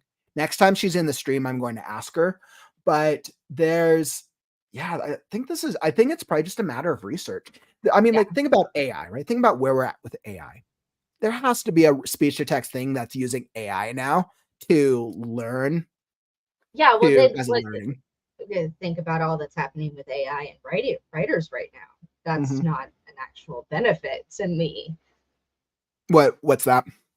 Like, well, because like, have you heard the controversy of the NaNoWriMo? A little bit. I haven't done Yeah, too much research into it right now, but I know there was yeah. a lot of I just figure controversy out what last year. NaNoWriMo is, and everyone's like, no NaNoWriMo no more. And I'm like, okay, well, I'm late to a game, obviously, but like, yeah, Are they talking about the controversy from, I think it was about a year ago with is there a new one? yeah, they came out and said that like they're not gonna like stop AI. Like they don't condemn AI, they don't support AI, they're neutral on AI. And like everyone's Mm, like, you can't like writers shouldn't use AI. Okay, but I don't think they're realizing that like Grammarly's AI, mhm, spell checks AI. mhm, There's a so lot of things that are AI that all these writers are like, yeah, people use are those. upset because they're not taking a stance on Right. the AI But conversation. Interesting. but I get AI, or I get Mhm, people saying that like Chat GBT should not write your books. mhm. That's valid to me. I agree. I 100% agreed. I very much agree with that. But in NaNoWriMo's like it goes against everyone who doesn't have like editors or doesn't have like Mhm, money or access to get these things. mhm, And it's like, yep, absolutely. Most dictation things are AI. So mhm. if they said no AI at all, we don't allow AI, like that, I'm out if I do dictation. You know what I mean? Like I couldn't Yeah, and participate I at totally all. understand that. With an AI is literally a 10-hour conversation at any time. I Yeah. can go into the pros and cons of AI at any point. Yeah, but you can go to the pros I and can cons do of that at all times. everything. I am generally I tend to believe in the process in leveraging AI as a back-end process to improve efficiency. But that's a whole nother conversation. With you, I think the big takeaway is just like the speech to text and just being aware, right? Yeah. I think it's just that more than anything. Just being aware, because I wouldn't want you to give up in 6 months, because like your injury, like that's a huge thing to have to overcome. Yeah. What other things? So what other obstacles have been on your mind as it comes to your writing, or anything that you think you might be facing in the next 6 months? So we talked a little bit about this before, but like Okay. I struggle with not having any negative feedback. I With have you been said getting not feedback. having negative feedback. Yeah. Like I Okay. have gotten feedback Hmm. and I've been like, and I've like, even your feedback was, hey, fix this, move this around, but it's great. Da, da, da, da, da. And I'm like, okay, but I have like seriously considered sending my stuff to like Imagine Dragons, or that's the YouTube, right? Imagine Dragons. Releasing your inner dragon. Hmm. Releasing your feedback. Hmm. I've been seriously considering because they roast everything and I want to be roasted. Like I need to Okay. know, like I need that harsh criticism. Like what am I messing up? Because there Why is and why? Let me ask you. So why is that? I think I actually know why, but I want to hear you say it. Why yeah, do you there want is harsh zero criticism? reason that my Hmm. first project, the Hmm. first story I have ever Hmm. put down on paper at 31 years old doesn't have anything negative. And sorry, one more time. What was that? That doesn't have anything negative. Like that, Mhm. like yes, there's like everyone's giving me like, hey, I would move this around, maybe distinguish who's talking a little bit better. Like I've gotten all that, but not like, where are you going? Like what, how is this moving the story along? Like I haven't got Okay. like anything like that. And I'm like, so like in my Yeah, back of my head, in the back of my head, all my intrusive thoughts, they're all like, well, everyone's just being nice to you.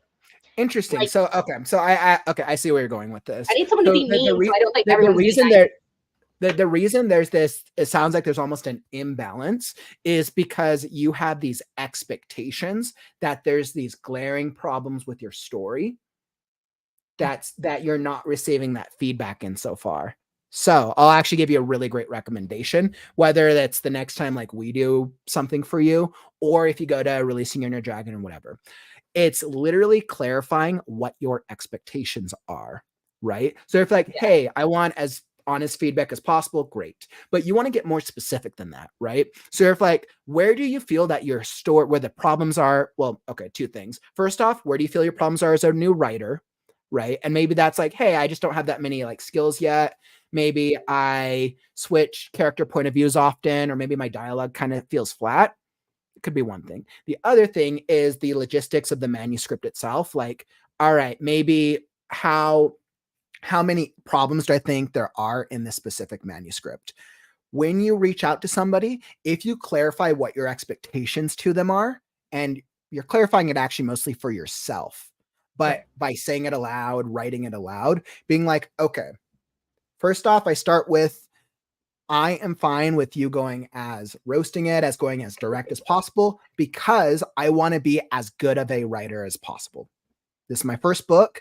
I want to get to that next level. That's a Right. great thing. That's like that. That is such an incredible mindset to have, Courtney. And I really have to commend you for that, because a lot of writers are actually in the exact opposite. They are afraid of the feedback.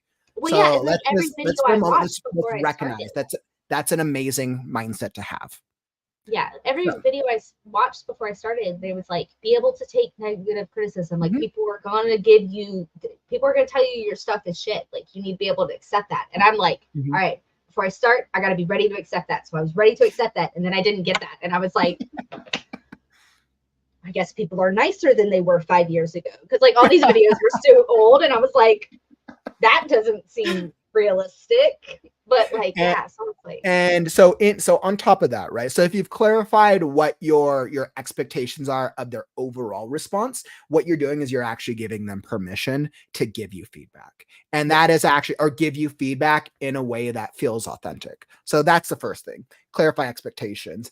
And then you basically want a bullet point based on your own writing skill, or based on where the manuscript is at. What are the problems that you think the current book has? Bullet point. So, all right, for Falling for a Storm, I'd be like, okay, so I feel like my characters might feel flat. I need a deep dive into my protagonist. Does she feel believable? Does she say things that sound realistic? Does she do A, B, and C? Whatever your goal is with the book. right. Next point. My plot. You'll be able to read my plot, of course, but then I would write, okay, my plot. Does my plot make sense from A, B, C, D, whatever way that you've written it? Does the climax, is that clear? Next bullet point, foreshadowing. How many do you feel that I accurately used a reasonable number of elements for foreshadowing? So when you got to the climax, you were surprised. That actually Because reminds then if you're clarifying those expectations, then that's getting closer to the point of like, hey, you need the harsh feedback. I don't think what I'm hearing is, I think it's less about the harshness of the feedback. I think it's more that you want to improve as a writer. That's at the core of it. You just want to be a yeah, better writer. And that's just like, I love that. First off, I love that. But then the second thing is, you, as a new writer, you don't have that confidence in yourself yet, because like you are a new writer. So you feel like, okay, to get myself to that confidence, to that next level, they have to fix all the problems. right. So I think by clarifying that list of expectations, whoever you give it to, whether it's me, whether it's somebody else, whoever, clarify the expectations will make such a huge difference. And also recognize that even though you are a new writer, right? Because I know you shared, right, that sometimes, I know a lot of members in our community have been writing their entire life, right? Like myself, I've been writing my entire life. And sometimes that can feel like, yeah, that's crazy, right? Yeah, I Especially feel for like a somebody who's baby new. in like an adult conversation sometimes. And When you you guys get, are like, when you guys are talking about like how long you've wrote, I'm like, okay, I feel like a baby in an adult conversation. I've been writing every day since I came out the womb. Yeah, and then I'm just like, ugh, do I So belong in this conversation? you actually trap yourself in a same mindset problem that a lot of writers deal with. Can you guess what this specific problem is? No. Comparing. Yeah. Comparing ourselves to others. So when we're doing like research and understanding the market, of course, there's a little bit of comparison, right? For romance, you want to understand what are some of the best selling books out there because you need to know what you're up against. Right. I'm not talking about that type of comparison. I'm talking about looking at other writers' journeys and being like, hey, they've written forever, so they must know everything or they must know more. Yeah. The problem is by comparing ourselves at all, right? At the end of the day, Courtney, you are in your own journey. You don't know for another writer who said that maybe they've been writing their entire life. Maybe they haven't written for 10 years and they're just getting back into writing now. Maybe they've published 100 books and they're just practicing. Maybe they went to school for writing and they dropped out of school and they thought writing wasn't for them until they got inspired again. The truth is we don't know a lot of the times, and this is like less a writer thing. This is more just part of being human. We put a lot of assumptions into others' journeys because we want to validate ourselves to get ourselves to that next level, right? You want to feel validated that you're a stronger writer because you want to have success in your writing. At heart, you don't want to feel that this time that you put in is a waste because the one resource we cannot get back is time. Yeah. Does that feel accurate, wrong? I could be totally wrong. How does that feel? It definitely, no. I mean, I'm like all of the problems you shouldn't have. Mm-hmm. I'm OCD. I'm a perfectionist. Like I feel like if Falling for a Storm isn't perfect, then I'll never do my next project perfectly, and so I shouldn't even try. Why? So then I challenge that. So why does it need to be perfect? And I don't define perfect the same way other people do. So why does it need to be perfect for you? That's the right question. And because I don't want to waste my time. I'm willing to sacrifice so much time for a project or a situation or whatever. Mm-hmm. But if it doesn't work out, then I'm just okay. Well, then I need to reevaluate. You only get so much time in life. Like I'm willing to sacrifice this amount of time for something, but if I can't do it, then I'm out.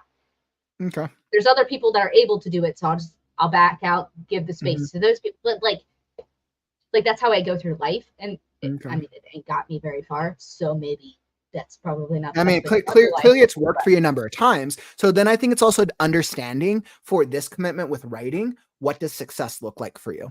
Because it won't feel like a waste of time if you understand what that success level is. If the success is being a best-selling author, that's a long journey, and you have to clarify that. If the success is learning how to be a better writer, you've already done that. So my question to you, Courtney, is what is success for you with this part of your writing journey? I think I just want to write stories that allow people to escape their reality, but also come out of my book and learn something. So like Falling for a Storm, I want people to learn how to handle tough parts of grief and that it's okay to have anger. It's how you express your anger. It's okay to fly off the handle and destroy some picture frames because Lexi and Liam both do that in my story. Yeah, that happens. That some people they destroy some picture frames, but they don't destroy the people around them. And when they I want people to self-recognize, like, okay, back up, hold on, I shouldn't have done that. Like I need to go seek help, whether it be therapy or talking to somebody. Whether I need to seek help because I've allowed my emotions to control my life, and I would rather control my life and my emotions. And so, like, if somebody could get that out of my story and walk away and be like, oh, that helped me, like, that helped me realize something about myself, or that helped me grow on a personal level, then, like, because there's been plenty of books that I've read that are just romance, smutty books, and I've walked away with it. That's what they are, right? They're designed to just be smut. But, like, I've walked away from it for, like, real personal growth. Okay. From like learning about something, I'd be like, oh, I do that. That's a toxic trait. Probably shouldn't do that. Like, let me work on myself a little bit. Like, and I've walked away from, and I feel like that's weird to like to say out loud now that I'm saying it. Not at all. But I think that's actually really powerful. What I hear is that you want to create a reading experience that connects with somebody. that B, makes them question some part about their mental health or their personal health, and C, challenges their preconceived convention of what healthy is for them. Yeah. So And 3 still have things. fun along the process, because I mean, Of course. Okay. So, and then enjoying the journey. Well, you're already enjoying the journey. I already know you're having fun. So you've already had success in that one. So first off, of those 4, then 25%, you've already had success. So congratulate yourself on that part, because I know you're already having fun. Even just from talking with you and seeing you in the comments, that's part of the process. Yeah. So for the other things, it sounds like you want to create this reading experience that's going to help people really at heart work on their mental health. That's kind of what it sounds like. Work on their mental health to some way, shape, or form by learning from your stories and your writing. So then if that is success for you, the next thing that you need to define, and this goes in a little bit to where did I put it? So you know how I was talking about the development plan when I went through this? This was the second of the 4 problems. This goes a little bit into the development plan aspect. So normally what I would do with clients, what I would do with a coaching client, if this wasn't a live stream process, what I would do normally is I'd basically be writing up the whole thing on a word processor, taking notes, and then being like, okay, so here's the development plan. This is the journey. This is where you've been at. And then this is like your goal. Right? Because like my goal as a coach, and like this, I feel like this is literally my job, is to help you achieve the goals, help you achieve success. For a lot of writers, that's literally just writing and publishing their first book. But sometimes a coach ends up being a cross between like a cheerleader, like a therapist, a motivational support. It changes for everyone. Yeah. It's like so alcoholic sponsor. It's interesting, but when I started this, I thought it was going to be just like, all right, I'm just going to teach you skills and that'll be all. But that's not the only thing that people go to coaches for. So I think what would help is also determining how many people do you need to reach? Do you feel, and this is a question for yourself, if success is helping people understanding a mental health aspect or understanding a toxicity aspect from your story, how many people do you need to reach for you to feel like you have achieved success? Because let's say you publish the book, one person, it helps them, and that's success. But you have to define that for yourself. I would say 1, but I would have to know about it. But what was that? I would have to know about it. You know what I mean? You would have to know, and this is the challenge we face. This is the challenge. Think about, Courtney, think about how many books you've read. You are a book, you are a, what was the word? Like a bookaholic over here. So do you always leave feedback of all the books that have changed your life? No, that's why I said I would just need 1 to say, this touched me, this helped me. Because otherwise, like, I would never know. And my mind would be like, yeah, you didn't help anyone. That's why they didn't tell you they helped you. They helped. But the truth is, you could put it out there and you might never know. And that is the challenge. That would be my freak out. Yeah. Mm-hmm. So, okay. So I think then what you would do to counteract that is first accepting that you may be helping other people out there, but you might never hear about how you've helped them. Like that's the first thing that you got to accept. Just because from being a reader, as you well know, people only tend to get feedback when they feel something very, very strongly. Yeah. If they feel something negative, people are more likely to get feedback because we're people and we're the internet. But people will also respond when they feel something positive strongly because you've affected their life. So I think what I would then do with what I would recommend, Courtney, after you finish the first couple of drafts of the book, whenever you're at the stage, are you planning on doing like advanced copies, or like what are your plans? So once the books, whatever you do with editing, once you have that final draft, what's your plan between final draft to publish? So or do you have a plan? So right now it's posted on Wattpad. On what was that? Wattpad. Okay. Perfect. So I can get feedback, which I'm not getting, but I can get feedback. Okay. And then Wattpad has a function where you can publish it through Wattpad. Mm-hmm. And it can like go to like movie deals, or I don't know. They think whatever. And it can actually be Wattpad, a physical copy. Is this available online? Yeah, on Wattpad. And so you want people to right now with where the book's at, so it's available on Wattpad. You want feedback from people to basically like read sections and just tell you what they think. Yeah, it's by chapter, and you can put Mhm. comments at the bottom of each chapter. Oh, You've that's been kind of on cool. Wattpad, What's right? what's the link for it? Do you have the link? Let's Yeah. I'll drop it in the chat. We literally have over 30 to 40 writers in the community from different platforms right now. Drop it in the chat. If you're here in the stream or you're watching on the replay, we're going to go drop this in the chat. You don't have to do it right now. At some point, go check out one of the excerpts of Courtney's book, whether that's just a chapter, and give some feedback. Mass Toaster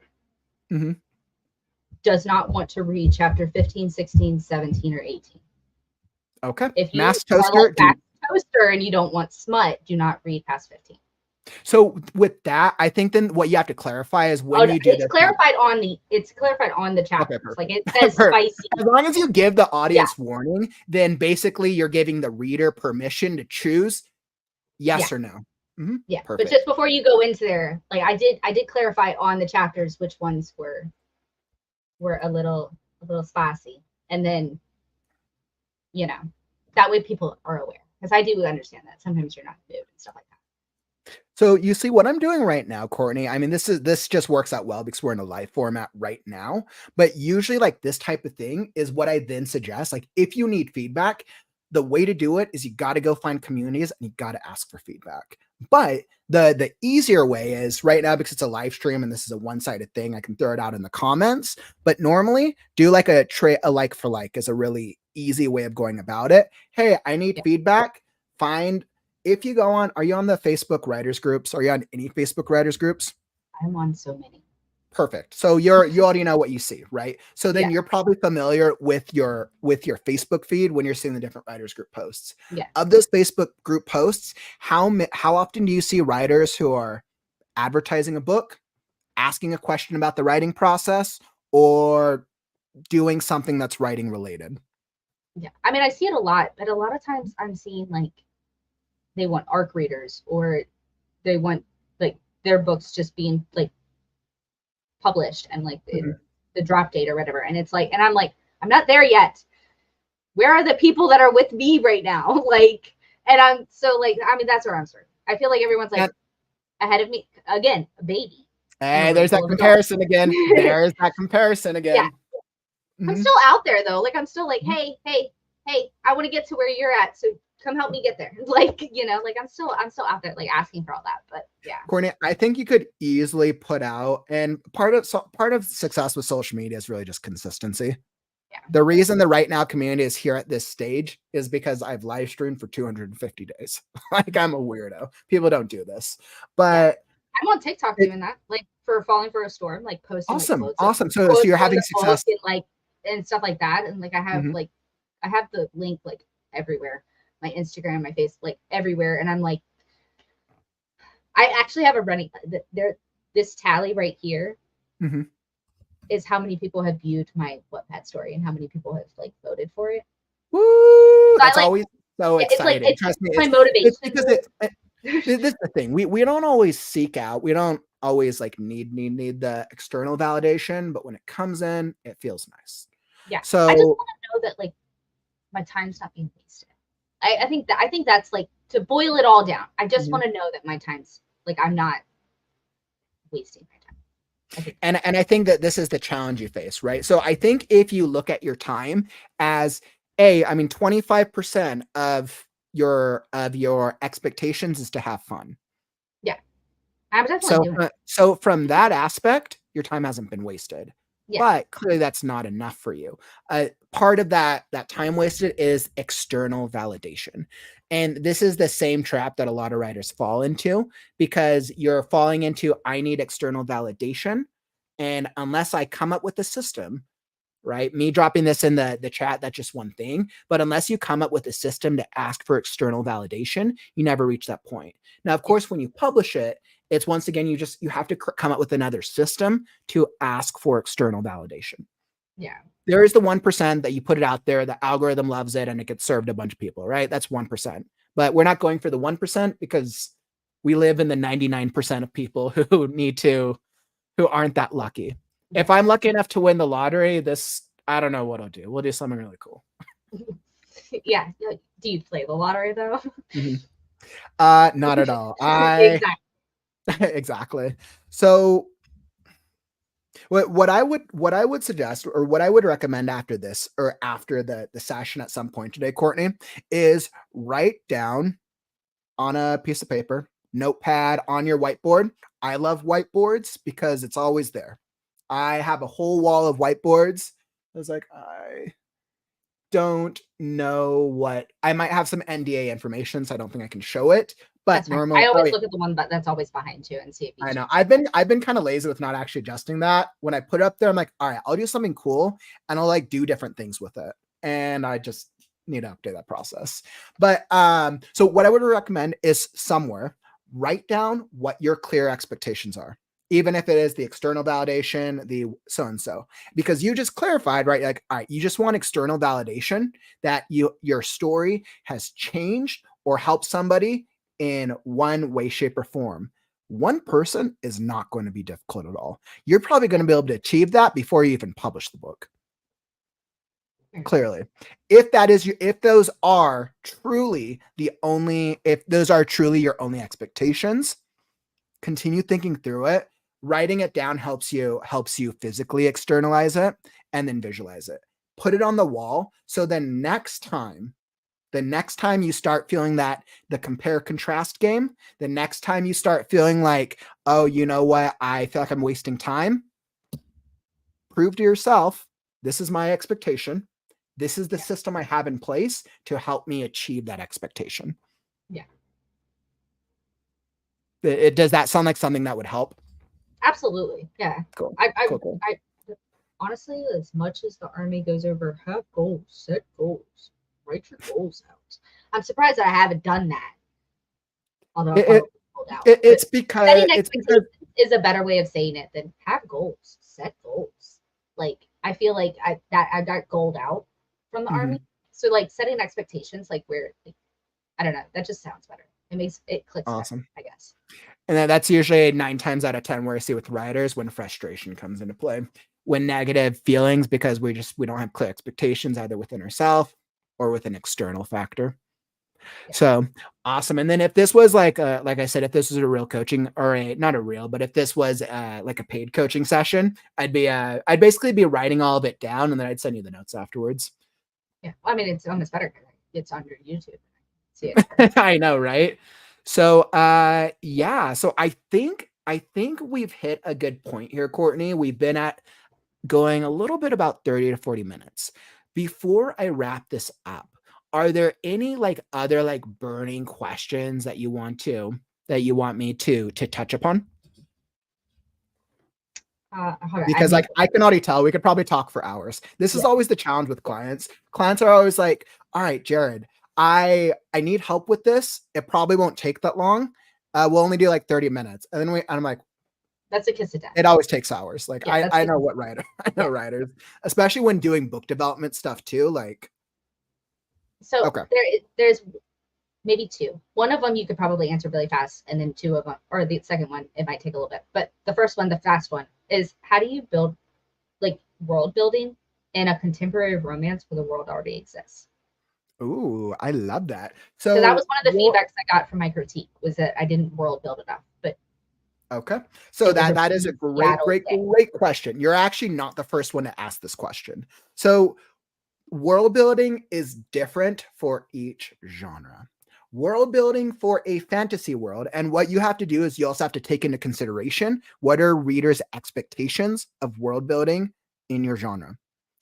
For fantasy, the expectations are crazy worlds with crazy magic systems, with crazy characters that feel like they could be believable if that was real, but have philosophical undertones and readers want to explore all the things.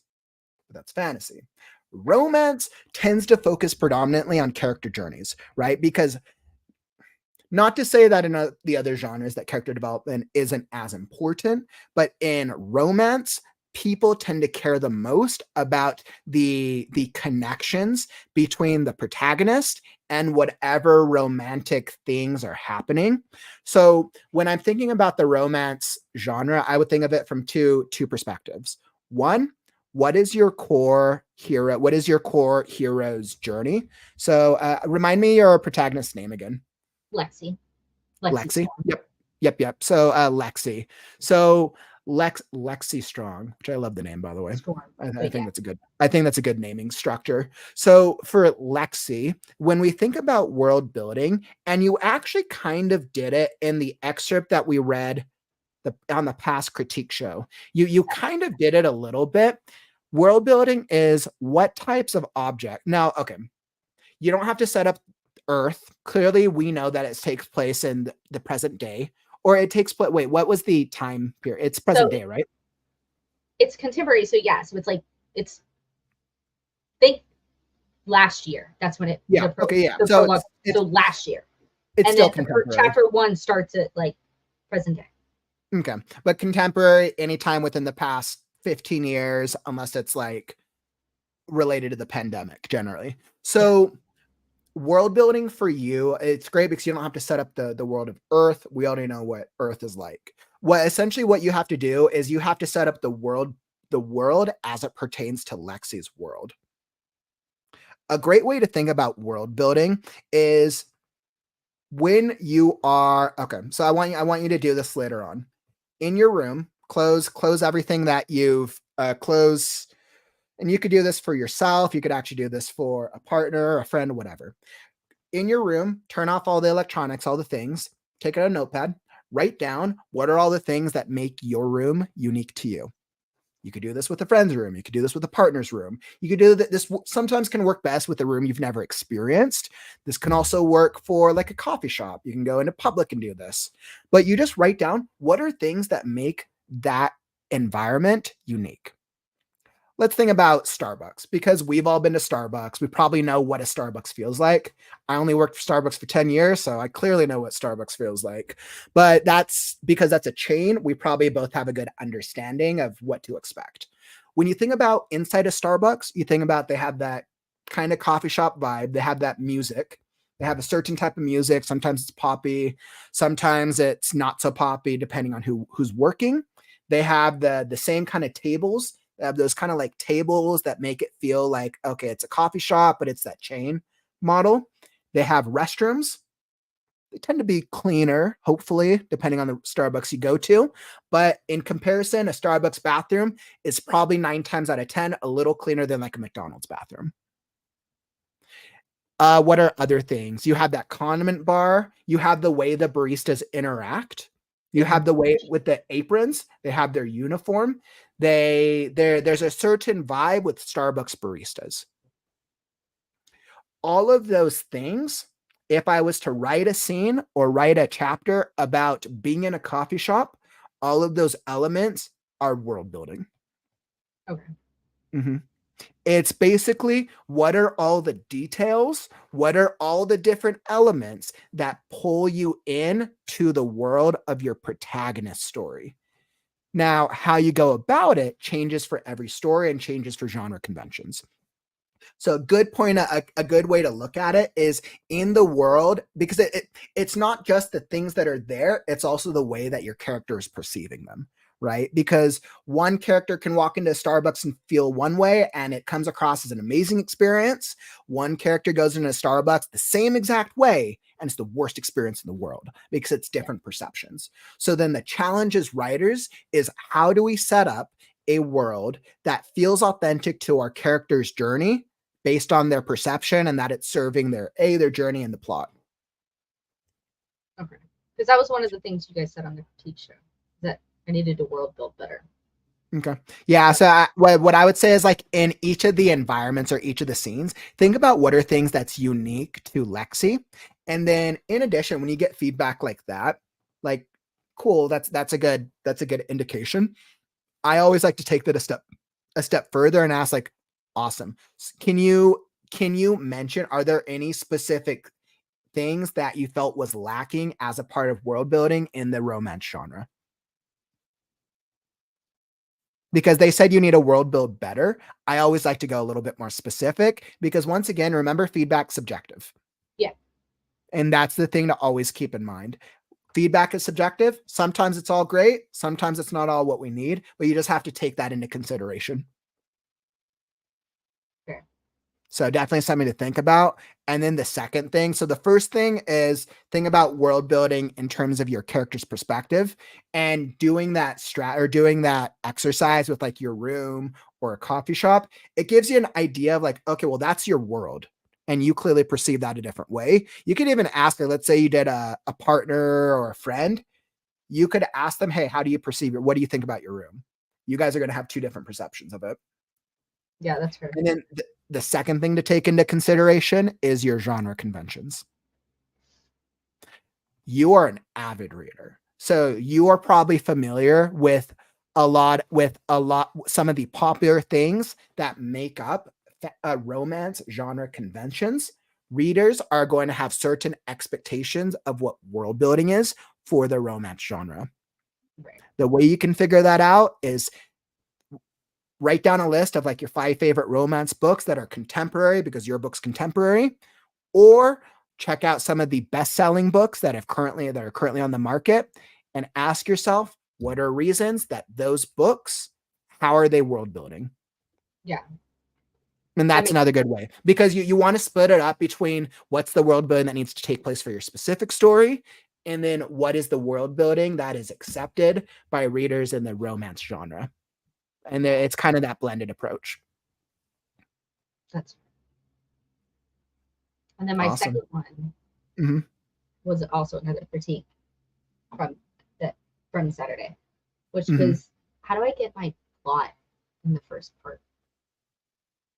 How do you get your plot in the first part? Clarify, what does that mean? During the critique show, you said you don't know if I got my plot in it. So I was like, I'm like, where was I? Kaufman's not in the building. you're like, go further on in that. I'd like you to refresh my memory. So when you did the critique, you were saying that like you did really good at this part, you did really good at that part. I don't think you put enough of your plot into your first part, but we really won't know until we keep reading. And I'm like, okay, okay, yep. I know what you're saying. How is like I don't know I don't know what take from that. Perfect. So great. Thank you for asking. What do I say? I'm trying to move in a direction of asking after I do the critiques of emailing with people if there's any like feedback that I can further clarify. So for that specifically, when I do the live readings, sometimes with plot, sometimes I can figure out if it feels like the plot is effective, and sometimes I can't from an excerpt. It's hard to tell. Yeah. So with your stories, that's why. Exactly, right? So with your story specifically, when I thought about the plot, so you started back with you're basically hooking the reader in with the accident because this was the prologue. And what I was saying was, without knowing what the overall plot was, I can't tell if the prologue is actually an effective prologue because I remember that it was almost feeling like it could have been chapter 1. Yeah. But because you were starting in like a past and doing a time skip, I understand why you wanted to do it as a prologue. It might actually be a more effective chapter 1, but without looking at like what is the beats from the beginning of the story to the end of the story or reading more, it's hard for me to make that determination. Okay. That's how I remember. And that's specifically what I meant with plot. That's specifically that. Because like from a standalone chapter, the plot within the chapter itself was fine, right? Accident happens. She's recovering from the accident. Like psychologically, she goes back to the house. He's gone. He's dead. She's trying to really cope with it. She deals with I think you mentioned his ashes at one point. Yeah. She deals with the people outside. All those things are fine. Like as a engaging piece of writing, the chapter itself worked. But I'd have to look at those beats in comparison to like, okay, so if this is the prologue, it means that all this doesn't actually take place in the core story. This is actually just setting up for the core story if this is a prologue. Yeah, and like my prologue is basically like, here's Bash, Mhm, like Ken, because mhm. chapter 1 you will not. Okay. And And right, so then you have intention behind it. Okay. yeah.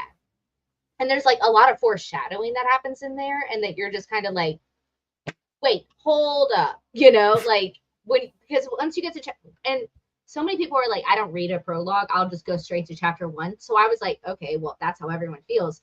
I hate time jumps that go from like Mhm, chapter 1 would be a mhm. year ago, and then chapter 2 is a year later. No, no, no, no, no, no, no, no, no, no, no. I hate that as a reader. And I'm like, okay, but if I do a I think time jumps prologue, is a personal preference on yeah, average, unless you're like 30 or 40% of the way into the story and then you do a time jump and you pull the reader out of the present moment.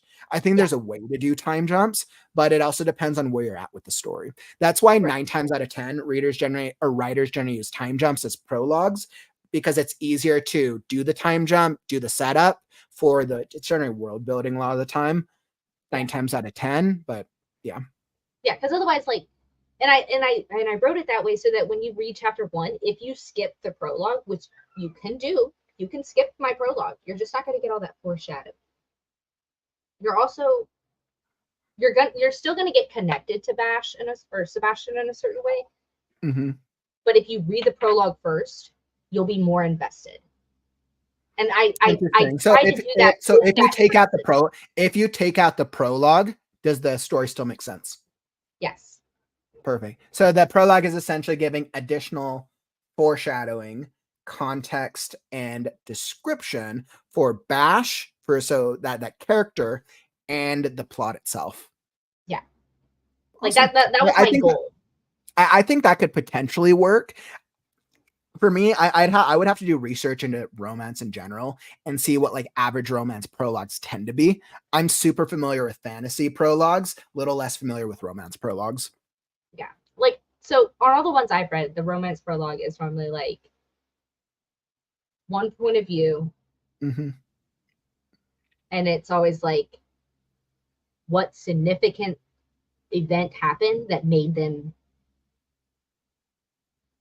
who they are in the rest of the story. So like Mm-hmm. if it's from the male's point of view, then it's going to be like all I can think of is mafia, but it's his whole family dies, like whatever Mm-hmm. that event was. Mm-hmm. And then the story starts, and it might be the female's point of view, and Mm-hmm. she's working her job. And then like you get to the male, and you're like, you start to understand like that's why you come off as like a grumpy puss because you just witnessed this horrific event, and we were there for you. Like you just it helps you get to know somebody for the rest of the book.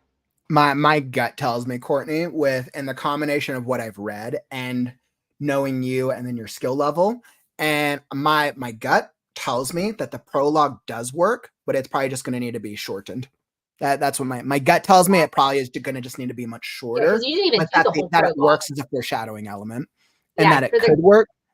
But that's like from a pure just like gut check. That's what it feels. yeah, because like when you did the critique, you didn't even do the whole prologue, and you were like, yeah, no, I noticed that afterwards. Then when we were emailing back and forth, and I was like, my prologue's too long then, because Mhm. I was keeping it at Well, that yeah, I mean, because I've also been trying 2,000. to set like a timer myself so that way I don't Yeah, like read too much. But if I had realized because you sent me the full draft of it, and this is part of my own thing if I need to have clear yeah, because you submission said 10 guidelines, minutes, and I was because you like, sent I me don't the know full what draft this is. and I didn't know that the end of the prologue was literally one more page. Yeah, it was like one more paragraph, and it was Yeah. like it was the setting of South Carolina, and I was like, Yeah. yeah. So I was like, okay, is my prologue too long? And I've noticed like I can cut a lot of stuff out, but Mhm. I was thinking it had to be the same length as my But as a chapters. rough draft, let's just clarify as a rough draft, it's great. It's incredibly great. The work that needs to be done is so normal for a next draft. So I really want to commend you on what you've done so far. Thank you.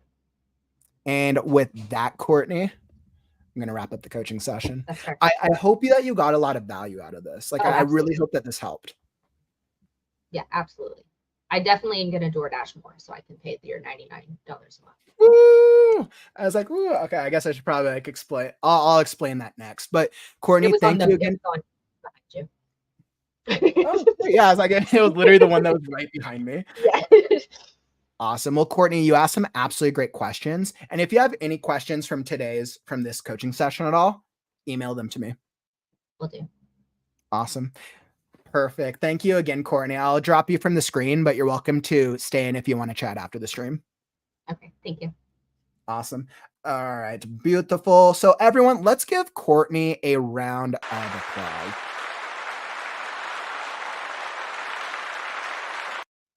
Courtney was awesome. Courtney, thank you again for being the first kind of like test for a live coaching session. That was absolutely incredible.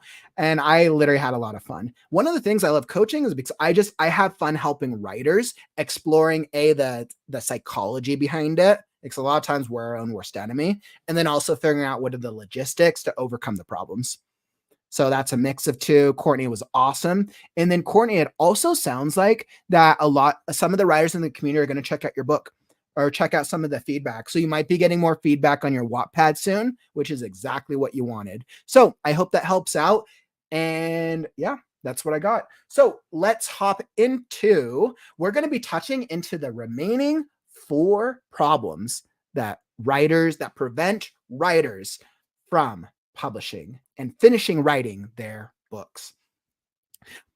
All right, perfect. So first off, let's hop into it. Let's first off review the affordable coaching experience for unpublished writers. So one of the reasons that I did today's stream was to highlight my new coaching program. I'm like, oh, cool, look, it showed up on the screen. That was perfect timing. So essentially, I launched this brand new coaching program. And actually, before I show it on the screen, let me at least hop into the comments real fast. I specifically was trying not to touch on the comments during that, so that way I could really focus on Courtney, but that was a cool experience. I think I saw, let's see, pew, pew, pew. I think I saw ML had a really good question. You had some really good recommendations from writers here. ML, okay, so you did have a good question I wanted to touch upon. Jared, are you saying that we need to show how the MC uses their 5 senses in their environment? Great question. World building is less about the sense. So the world building aspect and the 5 senses aspect, 2 different conversations. What I'm saying is the things that you put into the world is what is part of what impacts your world building, and then the way that your character perceives them. I was saying like just like the way like the things that your character sees in that context. As a writer, if you want to really up your storytelling capability, leveraging the 5 senses, because as we do, like we leverage all 5 of our senses just in life, we just do a lot of them very automatically, right? We do a lot of them by default, so we don't think about it. But using the 5 senses is generally a thing that writers will say to do more when they are seeing a lack of more telling and less showing. It's the show versus tell debate.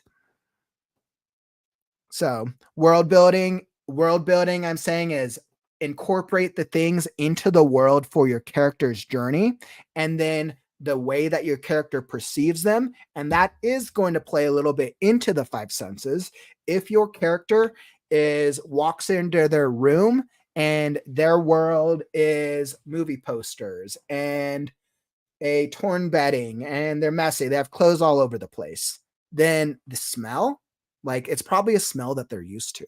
So then in that case, yes, the smell will play a part. Technically, it's a little bit of character development, but because it's also setting up the world of that room and their culture, that's when the 5 senses come into place. You don't always have to use all 5 of the senses. I believe it's a pick and choose your own battle. But I think that if you use none of the senses, but what you see, you're setting yourself up for a linear story. You want to learn how do I incorporate the other senses into the different descriptions. So that was a great question, ML. I hope I answered that. I hope that answered that.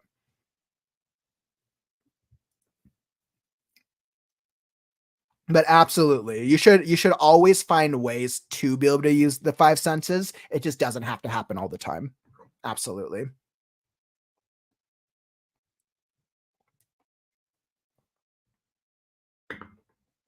Let's see. Pew, pew, pew. Awesome. And then let's see. So Nell's going to be our live coaching session. Nell, what I'm going to do, we'll be hopping into these 4 points, and then we'll hop into your coaching session, assuming that your schedule is fine, because I know you're busy. Assuming that your schedule is fine, we will hop into the coaching session probably in about 20 to 30. So just let me know, shoot me an email if that works or not. Awesome. Beautiful.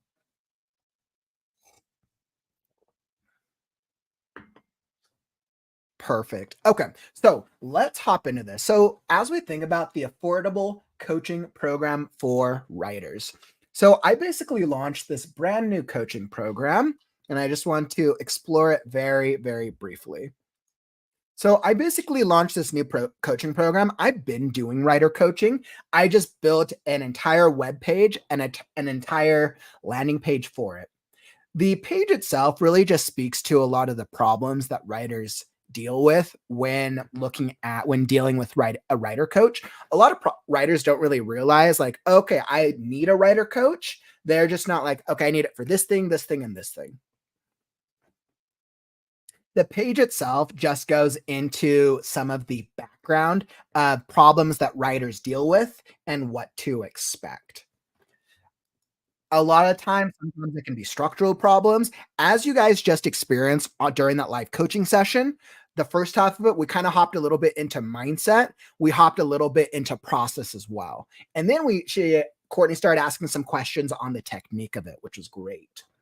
So, whether you are trying to figure out how to structure the book, or maybe you need an accountability partner, there's a lot of different aspects to it. Feedback is just part of it. I talked about a little bit of my experience with, even though I've written for 25 years as a hobby. I have a BA in creative writing, and I've started and founded multiple writers groups. And then after 8 months of doing this, I've now spoken with probably thousands of writers. Absolutely. So I'm continuing to get a better sense of what writers are searching for the longer that I do this. So this goes into accountability. Definitely huge shout out. Thanks for Sean, Vaughn, and Penelope for giving me some awesome testimonials. They're absolutely awesome. Really, really appreciated that. And then just a little about me. And then we get into the program itself. So when I think about the program, I basically broken it up into 3 sections. Three sections. And if you want to check it out, I'll drop the link in the comments again if you haven't seen it already. So the hourly model, this is kind of like the low commitment, the easy option. This is generally for writers if you want to try it out and say, like, okay, this is what it's like. Is this going to help? I usually should suggest get an hour, get a couple hours. Everyone who signs up gets a free consultation. So that way we can figure out, is this right for you?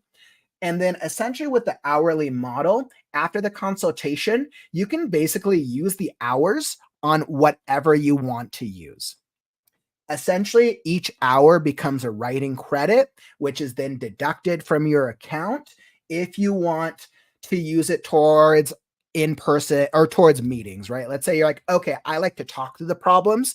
I want to use it on meetings, or I want to use it on a phone call. Perfect. I just deduct the time from however long we meet for. Or let's say you're like, hey, you know what? I prefer writing out my problems, and I need help just kind of like talking through like the brainstorm. I need help kind of talking through the characters. I actually prefer to write it all down. I'm going to send you an email every week, and then I would just deduct my time from the amount of time that I spend on an email. It's literally as straightforward as that. Now, the great thing is, because I do so many different things, you get to focus on what you need. If a writer comes in and they're like, hey, I just need help, I want to publish the book, I don't really have a clear strategy, then the strategy will be, we will come up with a book development plan. So we'll come up with like, okay, what's your strategy from right now until the day the book gets published, so you can achieve whatever your goal is. Maybe part of that strategy comes into, they suck at writing consistently, so we then set up an accountability plan. Maybe part of it is like, hey, a lot of friends ask me about it, but I don't know what to tell them. Perfect. Maybe we come up with a blurb, or maybe we develop a series Bible. The great thing is, all of these things are options, but as the hourly model, you get to choose what it is that you want to work on based on your needs. Now, the different thing, so the hourly model is the easy one. The monthly model is a subscription. So this is $99 a month. Essentially with the monthly subscription, this is a little bit more of a dedicated service. So we're still going to start out with coming out with a development plan.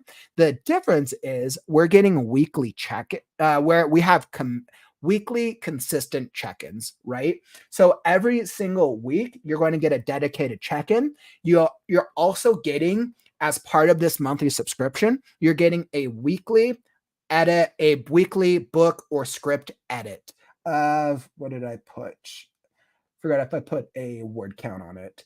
But essentially, you're getting one weekly book or script edit feedback, excerpt feedback with edits and or critiques.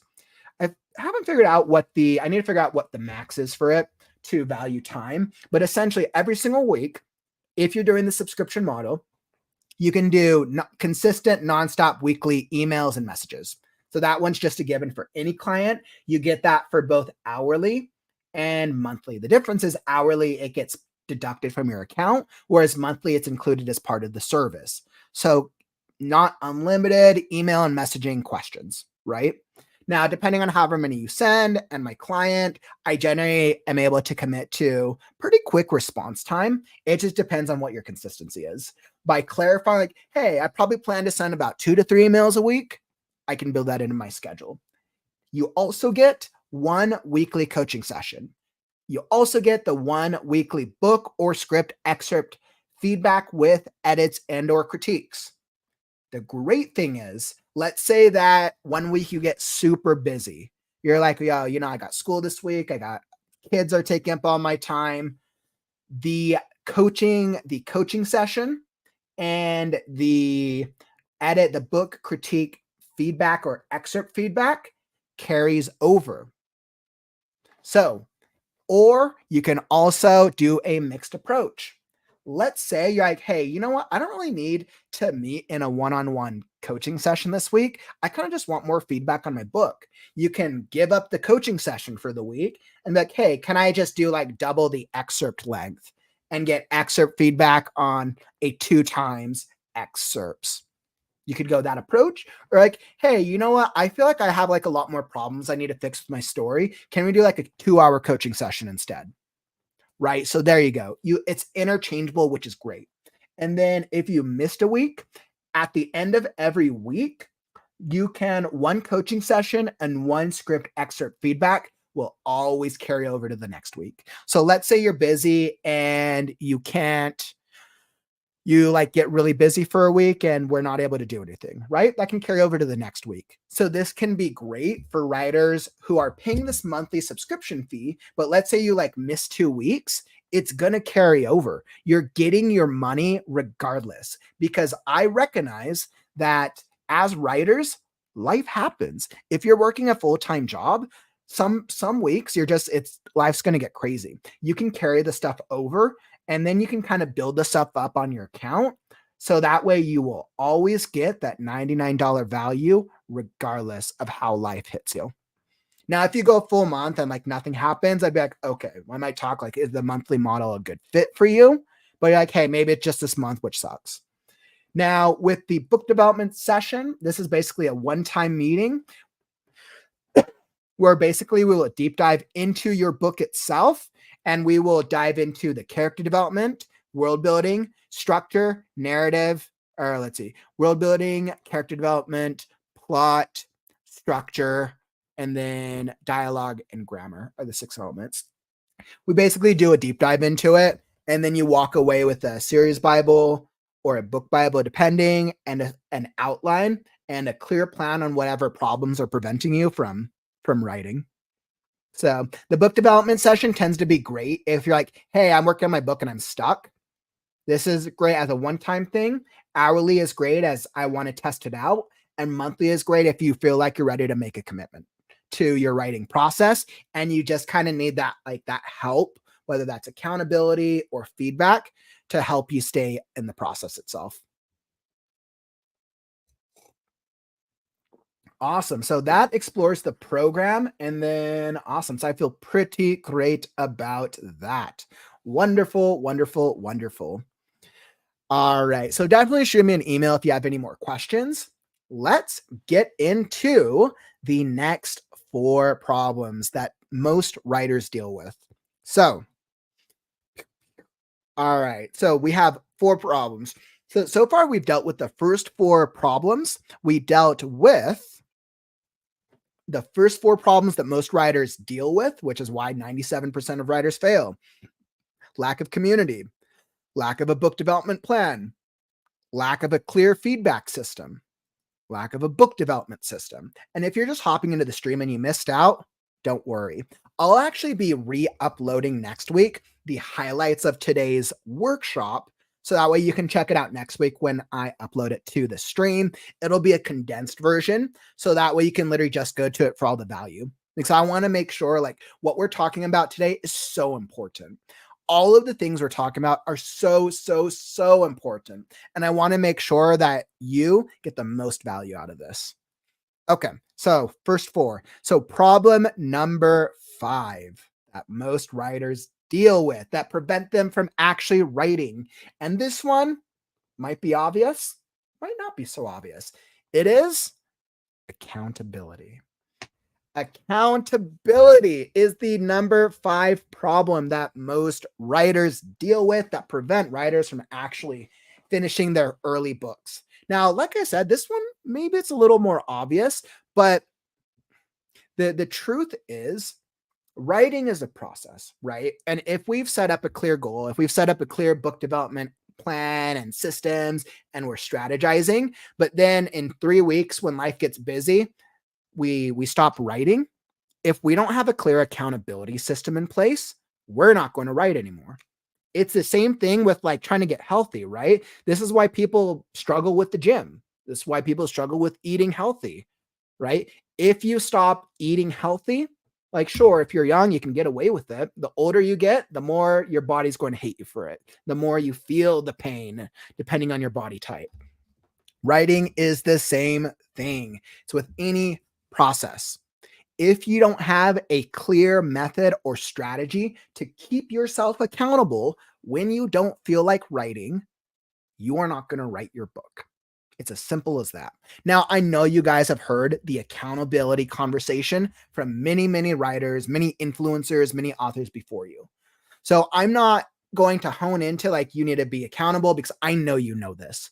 What I do want to hone in on is coming up with a system that actually works for you, right? And this is something that I don't always hear authors chat about. What is when life gets crazy for you in 2 months? How are you going to keep yourself accountable when you don't feel like writing? When let's say you work a 9 to 5 job and you're a student and you have kids. 9 to 5 job, it's probably 8 hours with breaks and traveling, 10 hours. With, let's say you're a student as well. Let's add on another 4 to 6 hours, 16, and then kids. That probably takes up the rest. You easily now have no hours in your day for yourself. You could be at a point in your life where you don't have the energy to be able to write. So then you try to write and then you feel guilty and then you can't hold yourself accountable because you just don't have the time, right? Assuming that you are in a place in your life where you can write and be honest with yourself, right? The only way you have to look yourself in the mirror or talk to yourself and be like, hey, do I actually have time to write? Yes or no. First off, start off with an honesty conversation. Second off, if you do have the time to write, how are you going to hold yourself accountable? You guys saw what I did with myself. Part of the reason that I have been live streaming this process was because I needed a way to hold myself accountable. I have written so many different types of books, short stories, and scripts throughout my first 25 years of writing. Do you want to know the number of times where I was working a 9 to 5 job and I had every intention to write, and then I get home, I dealt with some type of customer or employee, was tired, I needed to work out, I had meetings to do for freelancing, And then I get to that point, I'm like, I need to write because I want to get to that part. I love the writing, but I'm just tired. And then I would just choose to watch Netflix or game because I didn't have a clear accountability system. Now, coaching obviously is an easy accountability system, but of course, coaching is a paid service, right? And once again, that's something where you have to invest money into. The goal is how do you create free accountability systems before you have to invest? Right? Before you have to need a coach. Of course, I want you guys to hire me. Like, because of course I want to build up clients and build a business. But I want you guys to find free ways of holding yourselves accountable first. Because I want everyone here to write their first book. Because the more of us who are successful with publishing our first books, hitting that success, it's going to be a community win for all of us. I am so, you guys don't even know how excited I am for the first time we hear an author in the Right Now community publish a book and then get traction on it.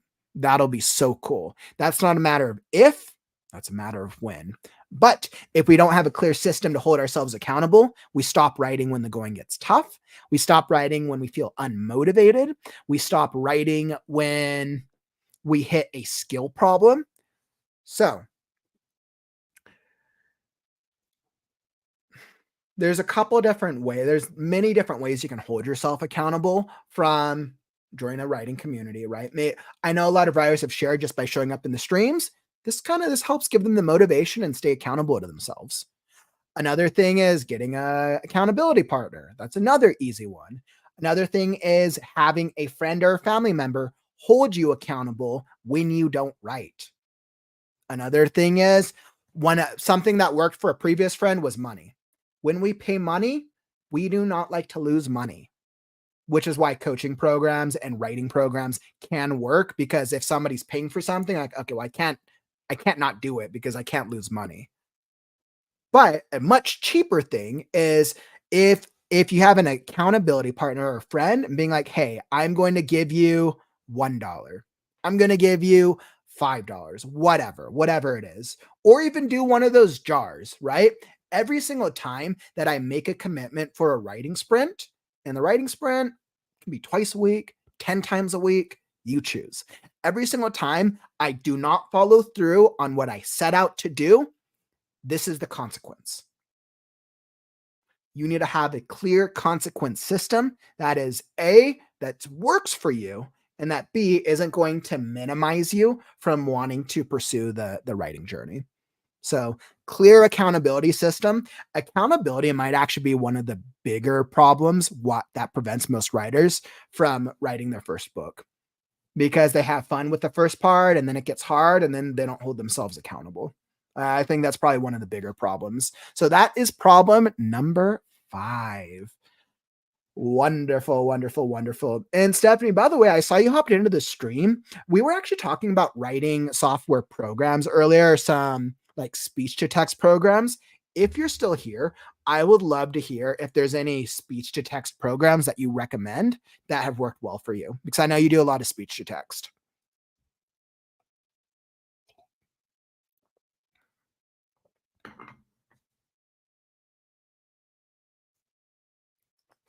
So, Mari, this is an interesting call out. So, regarding accountability, I know my advice will be shit. No advice is shit, right? Because everyone's advice is subjective. But I think that if you don't feel like writing, don't do it. Writing cannot be pushed because it is not authentic then. I'm going to tell you guys an interesting story. So, 5 years ago, when I was in a not so good place, I was in a not so healthy place on a mindset level. I got my best writing moments when I was at rock bottom moments.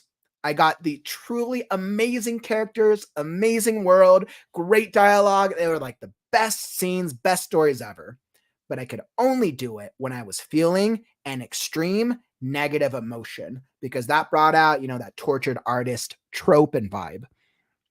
It was great. When I was writing, it was awesome. It was so cool. I was writing the coolest stuff ever. And then life would get better, and then I wouldn't feel like writing anymore because then I wasn't feeling that negative emotion. And then a couple months later, oh yeah, I was in it. I was rock bottom again. Like life was shit. I was like, oh yeah, I'm feeling it. I'm gonna write. I'm writing the best things ever. And then a couple weeks go by, it happens again. A couple months go by, maybe it happens again. The problem is, and I realized this problem at that point in my life, I based my writing consistency on when I felt like pursuing my creative freedom. If your goal as a writer is to have fun with the process and just write a book, perfect. This is the perfect strategy for you. If your goal as a writer is to write a book within a year, that's a horrible strategy for you. If your goal as a writer is to write a book within 2 years because you want to build up a readership and you want to learn skills, might work, it might not work. It once again goes down to what are your expectations and what is your overall, like, what do you want to achieve as a writer? If you are clear on what you want to achieve, then you can clarify how you can hold yourself accountable. So I think that was a really good call out. I generally recommend to writers, Marta, that not to not when you feel like writing, absolutely follow it. But I recommend don't use that as your only way of writing because what it does is it creates an inconsistent approach. Right? Because this is what I wouldn't want to happen. I wouldn't want a writer, and I'm not saying this for you, but just writers in general. I wouldn't want a writer to get really passionate about their writing, but then only to feel it when they're writing. So they'll write 3 weeks straight and then they don't feel it. So then they stop writing for a year. Then they stop the skill building. Then you stop skill building. You stop connecting with your community because you haven't created a system that creates a consistent like accountability for you. It's like that's what I wouldn't want to happen. So I think by balancing, like, yeah, right when I'm feeling inspired and create a system, like let's say right when I'm inspired, but if I don't write within a 2 week period because I'm not inspired, I force myself to sit down for a writing sprint. Having a balance system, I think, will be really is generally effective for that writing style. If the goal is to write a book within a certain time period. So that's a really great call out, Marta. Thanks for sharing that. Awesome. So problem number 6, the sixth problem that writers deal with. And let's see. Perfect. And this is okay. This one's actually an easier one. So far we have dealt with 6. Let's see, 6, 7, 8, 5, 6. I'm like, can Kauffman count? 5. We dealt with 5 of the 8 problems. All right. So the first 5 problems that prevent writers from writing a book: lack of community, lack of book development plan, lack of a feedback system, lack of a book development system, and lack of clear accountability. Problem number 6, new writing techniques. When a writer does not have a clear plan for learning new things and evolving their craft, their writing will not evolve. This is just the truth. If you don't learn new things as a writer, you're not going to become a better writer. You'll just always be writing the same things. And like if let's say you've spent like the past 10 years of writing and you went to school, you have a bachelor's, a master's, great. Take a break from learning for a year, right? And you're probably going to be fine. But for the average person, you need to find a consistency to learn new things about your writing style that works for you. For one person, that could be, okay, I just want to learn one new word every day. So when I'm writing, I could like think about those words. For another writer, that could be, let's see, I want to learn a new writing technique that I've never tried before. For instance, one of my favorite writing techniques that I love to use, is the rule of threes. The rule of threes. I love it so much because I like to, with my writing specifically, I don't like to use words more than once in a paragraph unless A, I have to, or B, unless there is intention. Rule of threes: if I use the same word or phrase or idea 3 times, it calls that awareness to the reader because it's an intentional awareness, right? Use the word once at the beginning. Okay. Use the word twice in the next paragraph, or use the word a second time in the next paragraph. Okay. I'm like, they've used that twice. Let's say it's like a unique word. Use it a third time when spoken by the character. Interesting. Now the reader has been called out to that word because of the rule of threes. It's a slow buildup. It's like a really, really common technique, which I'm sure has been around for a while. So learn new writing techniques. That's the biggest thing. One of the things that prevent writers from actually writing their books is because they don't grow. They don't have some type of method of learning new things.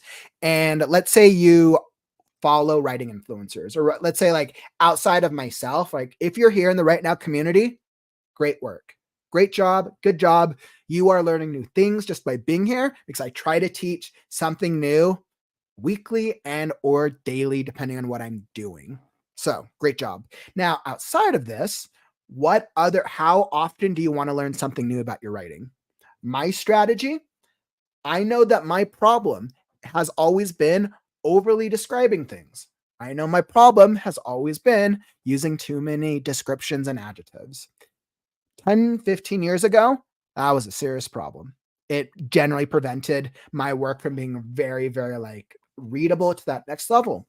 So what I did, my goal was to spend 5 years to work on improving that. Am I perfect now? No. Have I improved on it? Yes. But I was clear with a weakness of mine, how I was going to go about improving on it, right? I learned different writing techniques from it's from a range of like using different word choice, relying on other senses, and using different styles to minimize that as a problem for myself. So, because I do believe that inherently, if we do not feel like we are growing in something, we become stale. Nobody likes to be stale. And that can trigger another reason that makes us feel unmotivated about the writing process itself. So I genuinely believe that if you are not learning new writing techniques, you will not grow as a writer. And it's actually a thing that prevents a lot of writers out there from truly writing their first full book. So that was a number 6, which was excellent. Excellent, excellent. And number 7 is actually a really big one. Number 7, the 7th reason that most writers fail is actually a huge one. Awesome. And it looks like Courtney, you threw up a good comment. I want to try the 3927 for my next project. I tried to outline before this project and I struggled. So I tried just writing and that worked. Also just realized I forgot to go over reverse outlines. I forgot I was going to ask you about that. I was like, what is a reverse outline? I actually really want to know. I really want to know what a reverse outline is now. Okay. So let's go. Perfect. Courtney definitely dropped that in. I'm sure somebody's told me at some point. It just right over my head. But I would like to know what a reverse outline is. My guess is it's probably just working back. Once the story's written, you're probably just working back. It's almost like you're reverse engineering something. Once the story is there, you're working from the end to create the outline. That's my guess. Awesome. So problem number 7. And before we get to that 7th problem, are you enjoying the stream? Follow and subscribe. Clearly, we are going over a lot of value to writers today. All the things that truly prevent writers from writing and eventually publishing their first book. Here at the Right Now community, we have all the things from that involve the process, the lifestyle, and the mindset to help you become just a better writer and get that first book written and published. We have the author interviews with the Create Right Now podcast. We have clearly things like today, which are standalone events, which tend to be more workshop style. We have a Right Now writers group. We have a fiction contest coming up and much, much more. So tap that follow button, tap that like button, tap the follow and the subscribe button, and you will be alerted when we go live. And if you're here on YouTube, make sure after you hit subscribe that you check that the bell notification is clicked. You have to click on the subscribe and then move up to the bell. I'm sure I'll create a cool logo for it at some point. Click that bell notification and you'll be alerted every single stream. All right. Beautiful, beautiful. So let's get into problem number 7. So we have 2 problems left. We have 2 problems left that prevent writers from truly getting their first book published. Can you guess what the last 2 problems are? So we're going to be doing these last 2 problems, and then I'll be hopping into a live coaching session with Nil. So let me just call out now, Nil, if you're here in the live stream right now, you can probably hop into the studio and we'll be starting on your coaching session soon. So I'll shoot an email as well. Nil, if you're here in the studio, we are going to start your session soon.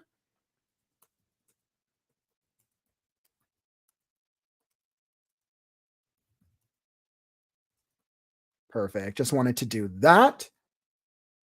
Beautiful. Awesome. Awesome. Okay. So just a heads up, Nil, if you are available, we'll be hopping into it soon. I was like, it definitely took a little bit more time than I expected today, but we're giving you a lot of value. So I want to make sure that we can do this. Nil, just holler. Let me know if you have any questions if you're here, and we will hop in to your live coaching session. All right, beautiful. So, with that being said, can you guess, if you're here in the live stream, what are the remaining 2 problems that prevent writers from writing and publishing their first books? And like I said earlier, this is why 97% of writers fail. Lack of community, lack of a book development plan, lack of a feedback system, lack of a book development system, lack of an accountability system. We're hearing the trend now, right? Lack of learning new writing techniques. Number 7. The number 7th reason that most writers fail, most new writers fail, is, we got some interesting ones. Yeah, yep. I love it. You guys are going in the right direction. Lack of self-confidence, carpal tunnel. Yeah, carpal tunnel is a very real problem, right? Speech to text. I don't know. I'm like, that's the thing. I know. My family deals with arthritis. So I'm like, when I get older, I'm like, oh, great. I won't be able to use my hands themselves. We are our own worst enemy. Yes, we do tend to be our own worst enemy. Imposter syndrome is absolutely a problem. Self-criticism, lack of motivation. Yes, my friends, you are going in the absolute right direction. The 7th problem that prevents us from writing our first books is mindset. The mindset is one of the, and I don't know if accountability is bigger or mindset, but mindset or accountability, it's probably the mindset is probably one of the biggest problems that prevent us from truly publishing and writing and getting that first book out there. Let me tell you, you actually will not be expecting the 8th one because I felt like I was being clever. So for the 7th one is mindset. Now, when we say mindset, what does that mean exactly? And it's, do we have a clear system with our mental health as it pertains to our writing? Sometimes for a lot of writers, it comes down to having a level of self-awareness and a level of self-esteem, both for the writing process itself and for the way that it's going to be perceived by the world. Inherently, in the history of writers and time, a lot of times we always see more of the published authors generally being a little older.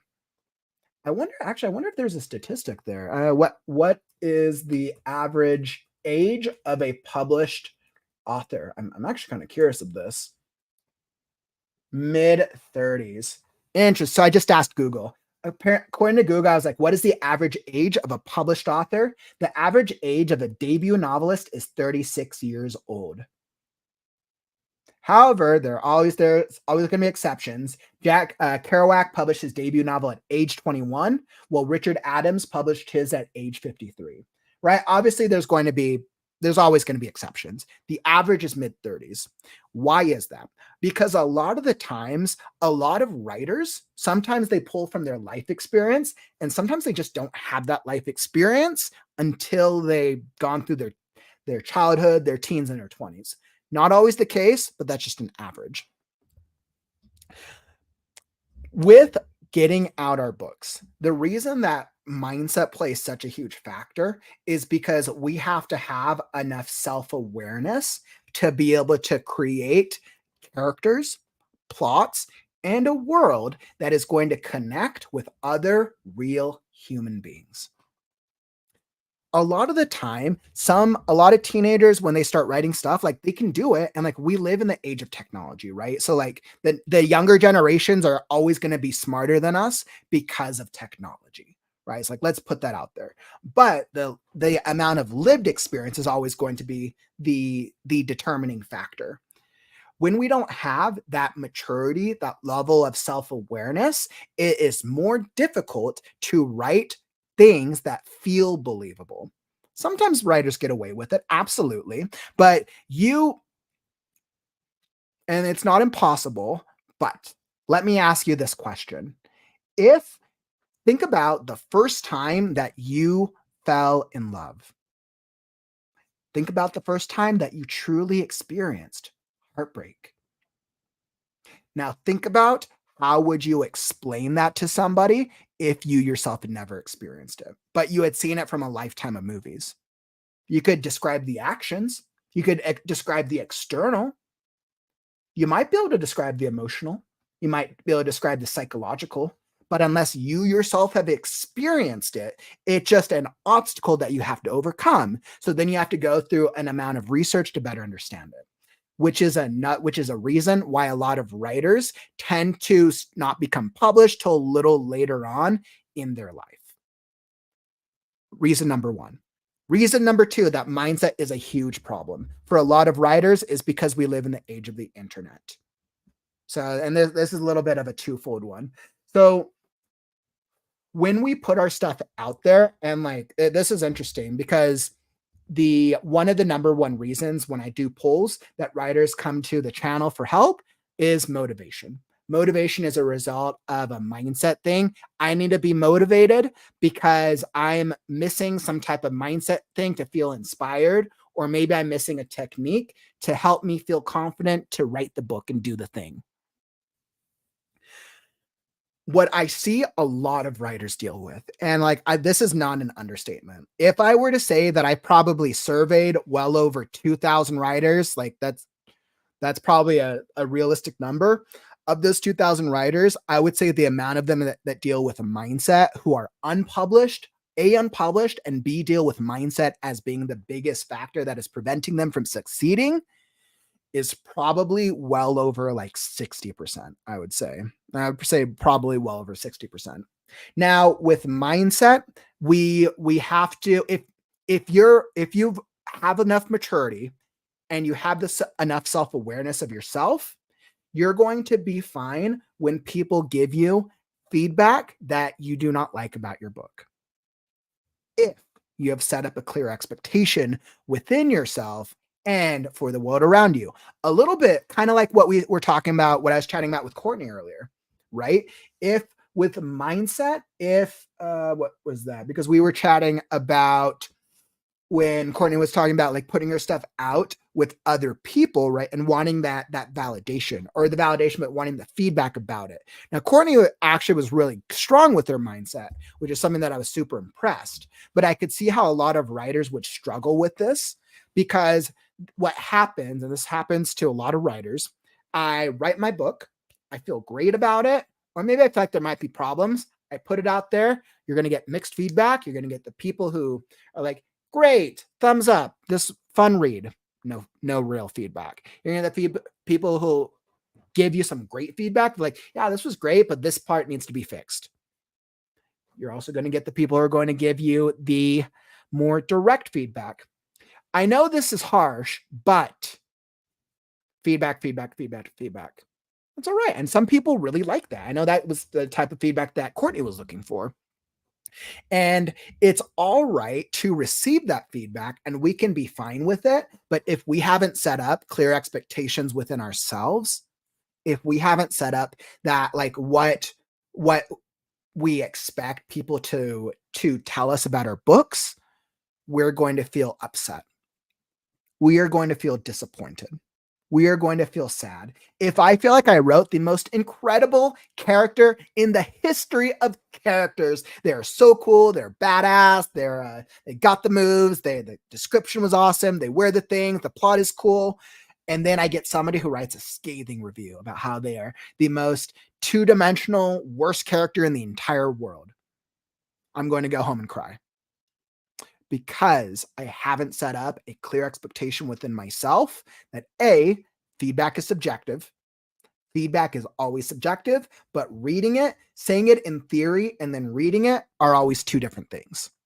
Are always two different things. And then what happens is it's not just that one, it's when we add those things together that add to our insecurity about being a writer. Now I'm thinking the next week of like, well, maybe my characters aren't that great. And then I start comparing myself of like, well, I've read all these books. These writers always do these things. Those books are so great, but my stuff feels like garbage. Then we start comparing. Then we start minimizing. We minimize our own experience. And then that leads to our mindset of, well, you know what? Maybe I'm not that good of a writer. Maybe I'll never be successful. It's all these self doubts and self criticism and negative talk to ourselves. And I'm sure you guys have heard these different types of things before, but as it pertains to writing, you need to be good with yourself. You need to be all right with the fact that you can put your book out there. You're going to do your very best, but people might hate it. You have to be all right with that. You have to be all right that people might not like your book. We do our best. We can do all the systems and all the things to make our book as awesome as possible. Readers get to choose how to consume the book. It is literally as straightforward as that. If you're writing a script, viewers and audience get to choose how they want to consume your script. If you're writing a graphic novel, readers get to choose how they want to consume their graphic novels. It's the same with all these formats. And the thing is, you're the same exact way. Because once again, what's the one thing we do not want to lose? We do not want to lose time. And in a world where we have millions of options, as readers, as viewers, as audience members, we have to make the decision of what we're going to invest time into. It's neither a good nor a bad thing, but you have to understand the psychology. You have to understand the reasoning of not just you as a reader, but just what readers expect. Because if you understand that psychology, you're clear on your own expectations, you're setting yourself up for more success. So that way you have less chance of all the self-talk of the mindset, of all that negative, of all the, I'm not going to be a good enough writer. My book's not going to be as good as this. My characters suck. This feedback was not good. This, and so on and so forth. It just spirals. But the great thing is you have the power. You have the opportunity to set yourself up for success. It's hard when it's easy in theory. It's hard in practice. It's easy when you're thinking about it, like, yeah, I'm going to do this, this, and this. It's hard when you receive 20 comments and 17 of them are harsh criticisms if you haven't set yourself up for that possibility. It's hard for anybody. So that's definitely one of the reasons why mindset continues to be such a problem. And then that is also with the time factor, right?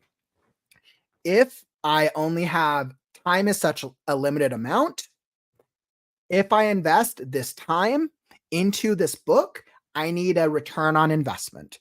I need to have some type of thing that makes this entire process worthwhile. If I do not feel like I'm reaching that progress, if I do not feel like I'm reaching that milestone, my mindset is going to be affected. It might not happen in a day. It usually happens over time. Our mindset usually gets diminished over time of all these things, of all the obstacles it takes to publish your first book, which is why 97% of writers fail. That is probably that that's definitely one of the reasons. Like I guarantee you, I wish it wasn't true, but like talking to so many writers, like a lot of these writers I keep talking to just say the same things. And I'm like, for me, it feels easy, but I'm not them. I deal with different problems. So I'm like, the best I can do is I'm just going to say that I'm going to package the things that I believe in. I'm just going to say it a trillion times until the world hears me. The easy part with the mindset is if you're not dealing with the mental side of it, if you are good, you have a solid self-esteem, you can disconnect your self-esteem from others' critiques of your work. If the mindset is a result because of lack of skill, that's an easily fixable problem. So the next time you're dealing with the mindset thing, I want you to ask yourself this, and because this will help you better solve this problem. If the mindset problem is because of a lack of skill, my characters suck, the dialogue sucks, I don't know if the ending's good, I use too many words, I use too many run-ons, and so on and so forth. That's a skill problem. And that is easily, easily, easily, easily fixed because we live in the age of the internet. 50 years ago, that was not an easily solvable problem. Today, all it takes is a Google search result or joining a writing community. So figure out if A, if it's a skill problem, or B, if it's an internal motivational mindset problem. People give me harsh feedback on my writing. I must not be a good writer. It's a you problem. And I want to say it in just like the kindest way possible, right? I am always going to be a proponent of therapy, of mental health, and talking with a professional about the mental health aspect so that way you can show up for your writing, your family, your life, and all the things in a way that is healthy for you. All right. So that is what I got on mindset. I think mindset is all for me. It's obvious why mindset continues to be a problem. And clearly, I can go on so many videos about this. I know my last video I did about 3 months ago was a mindset one. And I think there is always going to be a huge need of mindset motivational things. What I learned was how do I balance the mindset stuff with clear strategy so it's not just like mindset, believe in yourself. I'm like, no, that's not going to help.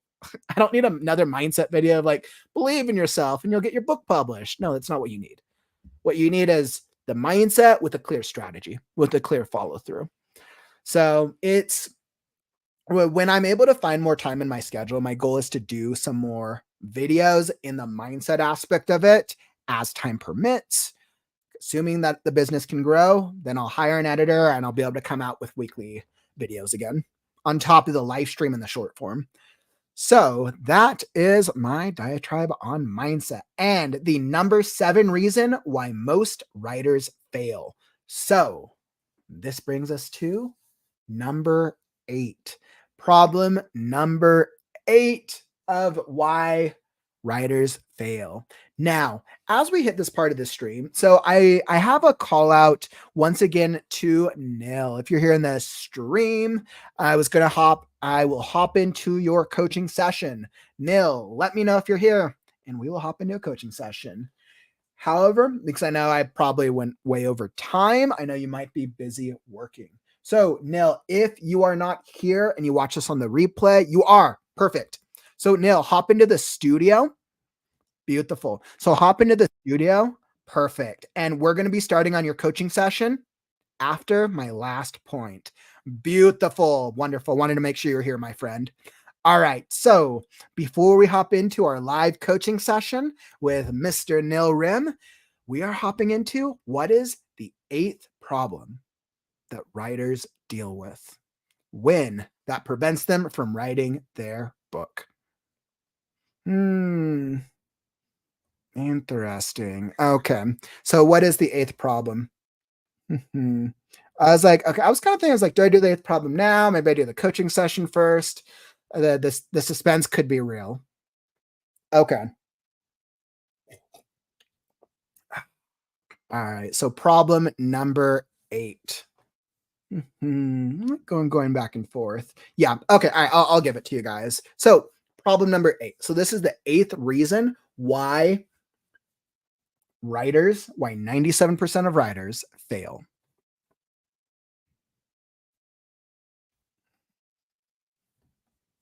Problem number 1, community, book development, feedback, book development systems, accountability, new writing techniques, mindset. And problem number 8, loving the process and not the outcome, is one of the biggest problems that I see why a lot of writers fail. If you're going into writing a book because you want to make money, that's great. If that's the only reason that you're going into writing a book, do something easier. Writing a book takes time, and that's all right. It's all right for it to take time, but you have to be clear that it's going to take time with the entire process. If you don't enjoy the process, if you're focused on that outcome, that end event, that end moment, when it gets hard, when you feel like your writing sucks, when you're dealing with the mindset. And that's why number 8, loving the process, ties into all 7 of these problems, which is why it's so perfect. If you don't love the process, you won't want to join a community with other writers who also love the process. If you don't love the process, you won't be able to come up with a plan because you won't think of the long term, right? You'll be thinking of that end goal, but you won't be thinking of all the steps that you need to take to get there. You don't love the process, the feedback will get to you. The critiques will get you down. You have to enjoy it more than the obstacles that are going to happen as part of the journey. Same with the system. You have to find systems that you love. You have to try different things that you enjoy. If you don't love the process, you will not keep yourself accountable. And that is very true. If you do not love the process enough, if you don't love the act of writing a book, you will not hold yourself accountable. If you don't love the process, you won't try to learn new things. We make changes in our growth and our mindset when we feel something strongly. Love the process, not the outcome. And now, when we talk into it, let's hop into Khalid. By the way, welcome to the stream. Glad to have you in here. Let's see. I just real quick. Courtney, I never understood when writers talked about their characters like they were people until I started writing now. I get it, and I love that Lexi is a person in my head and Liam making me giggle. A true writer, my friend. And without further ado, we are going to be hopping into our second live coaching session with Mr. Nil Rim. And let me welcome Nil to the stream. Welcome, my friend. Hey, Jared. Nil, nice it's great to have you. I know, long time no see. I want to say what I loved about the selection with the coaching, with this coaching giveaway now, was so there was 10 people or 10 names or something like that. I didn't know who was going to win because I put it into a random generator. I thought it was actually perfect that Courtney, I had never worked with before. And then we've had a previous coaching session that was that like 6 months ago? Yeah, it was like 4 or 5. Yeah, a while back. It was our initial kind of consult. Mm-hmm. Yeah, so we had an initial consult, which is great. So I think with that, the way that I look at this, even though this is a live experience, I kind of think of this as it's just a continuation. Mm-hmm. kind of a check-in.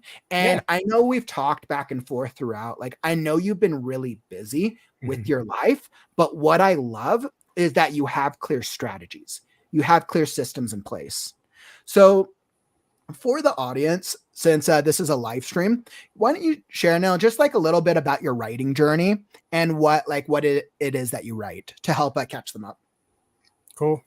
Yeah, thanks for having me here. This is awesome. I've been Yeah, following for a while. You're I doing a always great love job. talking with you. Yeah, grow in this community. So this is fun.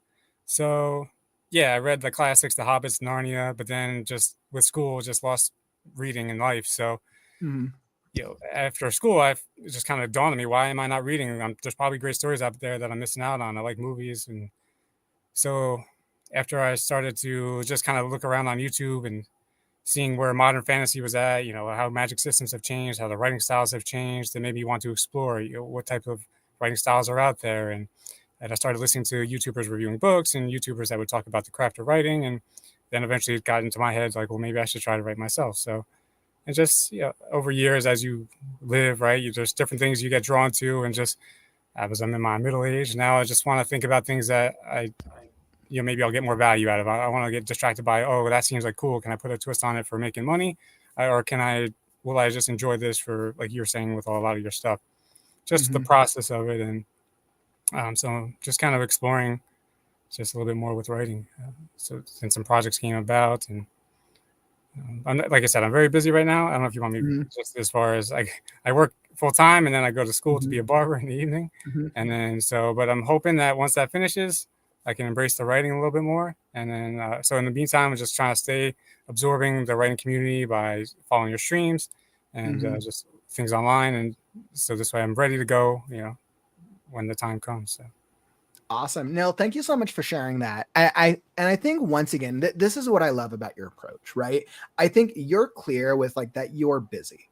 And I think you're actually a really great model for a lot of writers out there who hit this wall in their life and like, I'm not writing, I'm not a writer, and then they start going on this like spiral. But like you're doing a lot between a full-time job and learning with barber school, right? A type of education that is so important. And I know when we've talked, you have a strategy. I'm like, okay, this is what I'm doing right now. And this is what I'm going to do when time permits me again. And I think it's great because you know yourself well enough as compared to like, oh, I'm going to try to write all the time. And then you just end up feeling like you're failing. So when I think about your approach with this year, and I know you said that I believe that your original plan was you were thinking probably like sometime next year when time frees up, you've learned the skill, and when you're able to have that like flexibility to actually sit down and write again. What what would you say is your strategy for this year as it comes to writing? And then why don't we talk about like what your strategy is when you start the writing process, I believe next year, because I think this will be really powerful. I know we touched upon it earlier when we had talked about this was like 4 or 5 months ago. And I know that your goal was always like, okay, when life settles down, I'm going to start writing again. I'm going to start working on this book. How has it evolved since we last chatted? So I still like to brainstorm, right? It's still fun just thinking about the different ideas and they come together and you see the story.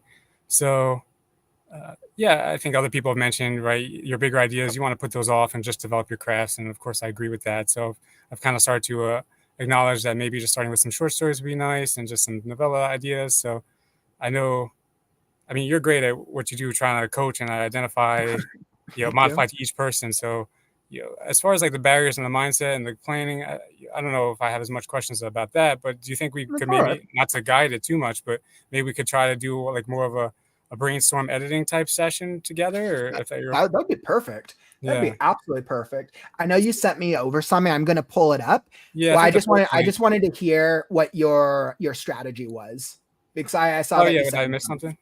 My strategy with writing in general, or just what it is with this year, because I think what I love is that you're kind of in this absorbing learning part of your journey. Yeah. Which is so cool. So when you think about absorbing, are you thinking of like, okay, so I'm just going to like stay involved in these communities and learn something new all the time? You also mentioned like having ideas. Do you write down all the ideas, or they're just like kind of just letting it like thinking through it? So when I first started to try to write, I ran into a couple of roadblocks. So one was like I think I quickly learned that having the big idea, like the cool magic system and the cool world, even though it sounds like the biggest part, to me, I really found out that it's only like the small part. Like the really the interactions that your characters are going to have, that dialogue, and thinking of all those things is really challenging. So it's like I kept trying to outline things, and I Mhm. was just staring at a blank page because I didn't know, well, what are they going to say. I didn't know the characters, and so I had a writing coach. I explained to you before that, so we kind of workshop some ideas, and one of the things Mhm. that I came up with some ideas was I would watch like a movie. I'd try to write that scene out as if it was written in a book, and then I would try to write it from different perspectives, or I try to extend that scene maybe differently than the movie did it, and that kind of helped me try to get a little bit of process going. And then another thing I noticed was that I just have a struggle with understanding not my voice that comes in time, but just like Mhm. the tone. So I'm trying to read different things to see what I like or what I feel like reads well that I would want to read. And Have then you just had time to read? Have you had any time to read the a little past bit. this I just year? finished Annihilation, so it's Woo! pretty Oh, was kind of that the one that crazy. was turned into the movie? Yeah, That was which one? Natalie Portman? Natalie Portman. Yeah, Yeah, was it a good book? Because the movie was interesting. That was an yeah, interesting, deftly done script. I think that the ending struggled a little bit, but was the book good? yeah. I like to go online to see how people's opinions like vary afterwards. So it was cool that they had like a lot of that stream of consciousness from the first Mhm. person perspective, but I thought they just kind of repeated too many of the beats too many times. Like Mhm. she's in her own world. She studies systems, but they give you like four different examples of these systems she studies, and Mhm. just some of the stuff was really creepy and built the suspense. But I don't know if it was as satisfying as I feel like the same point came across though in the movie and the book though. So Oh, really? Oh, even so though the they at least adaptation achieved that. changes, I feel like that's kind of successful in that sense. So interesting though when you compare them. Yeah, adaptations are a difficult beast. Yeah. Adaptations, you have to do it in like a very fine way. Too Hmm. much, it's too obvious. Not enough, it's a bad adaptation. Yeah. There's the whole fan engagement as well, which Disney struggles with all the time with Star Wars and Marvel. So, okay. So let's see. So I'm pulling your stuff up now, Nil, and I think this is great because once again, every writer has different needs, right? Yeah. So with Courtney, where Courtney's newer in her journey, clearly like we're a different focus. With you, we're going to get to dig into a little bit more of the story development itself. Yeah, so I wanted to. I Mhm. was giving you a little backstory about that one writing coach. So what I kind of found with my process, like I know people talk about pantsers and Mhm. plotters. What I found for me, I kind of think of it as like sculpting, right? I'll write just anything down, and then I'll try to go back and like make it better. And I try to do that a couple times, but then I start like writing questions to myself, like, is this working good? What would I change? And then I go on to the next thing, and then by the time I get to that part, then I start to feel where it's going. But then I also realize what I want to change about the previous section. So I go back and write more Mhm. questions to myself. So, and that process kind of repeats for me, and that's made me really enjoy getting excited about writing. And I see when I see you writing your story, that makes me more, excited too. But so Woo! I love that's kind that. of where I'm at now with as far as the process. Like I feel like I got to that point before I started school of knowing kind of how I'd approach it. I just Mhm. haven't had the time, but I get excited watching your stream about brainstorming. So the one story Love that. I sent you, ideally I would have liked to have gone through like three of those revisions and sent you Mhm. at least like a draft where it was in like one of those sculpted stages, right, to know where I'm at. But you can Mhm. read the first like this is like the first throwdown, and then before Okay. I've revised it two Perfect. or three times, and then we can talk about questions I can have. But one thing Okay. I could explain the premise of the thing I'm working on. It's a short story, Okay. but Yeah. Perfect. Why don't you explain the premise? It'll give me a good setup for it. yeah. Oh, wait, well, actually, at first, before you say that, is this so with what you How sent the me, because I saw you sent me a couple of different files, was yeah it the bunny, a cat, and an owl? yeah. Okay, perfect. And do you imagine this as being like the opening, or I guess do you imagine this as part of like a book, short story, script? Yeah, What short story. So, like I short said, I story? want to try Okay, a couple short stories, maybe put them together. But perfect. Short stories are always great for people who are really busy because then yeah, you get to practice writing a story with limited time, with time constraints. Is this the beginning of the story? Or is this yeah. kind of somewhere just like in the middle? No, that's the beginning. Yeah. Perfect. So why don't we, instead of you explaining the premise, why don't we just read through it from the beginning? And then that way, like I can ask questions and we can kind of see what stands out. Mhm. Okay. Yeah. Perfect. All right. So and you're very used to this style from the critique show. So I'm going to pull this up and I'll read through it myself. Beautiful. So once again, I know you shared that this is an early draft of it. And I think this is something that I need to get better about with the critique show. I need to be better about clarifying when writers submit things, where it is in the drafting process. So I know you shared that this is really early on. And I know we also just did the drawing for these yesterday. So I want to recognize that. Awesome. A bunny, a cat, and an owl. It is the middle of the night, and there's a fire outside my window. I rub my half open eyes, still heavy from the night's sleep. My sliding legs awake in an uncoordinated sprint to the kitchen and grab a fire extinguisher without time to startle Elise from her dreams. The 3 years it took,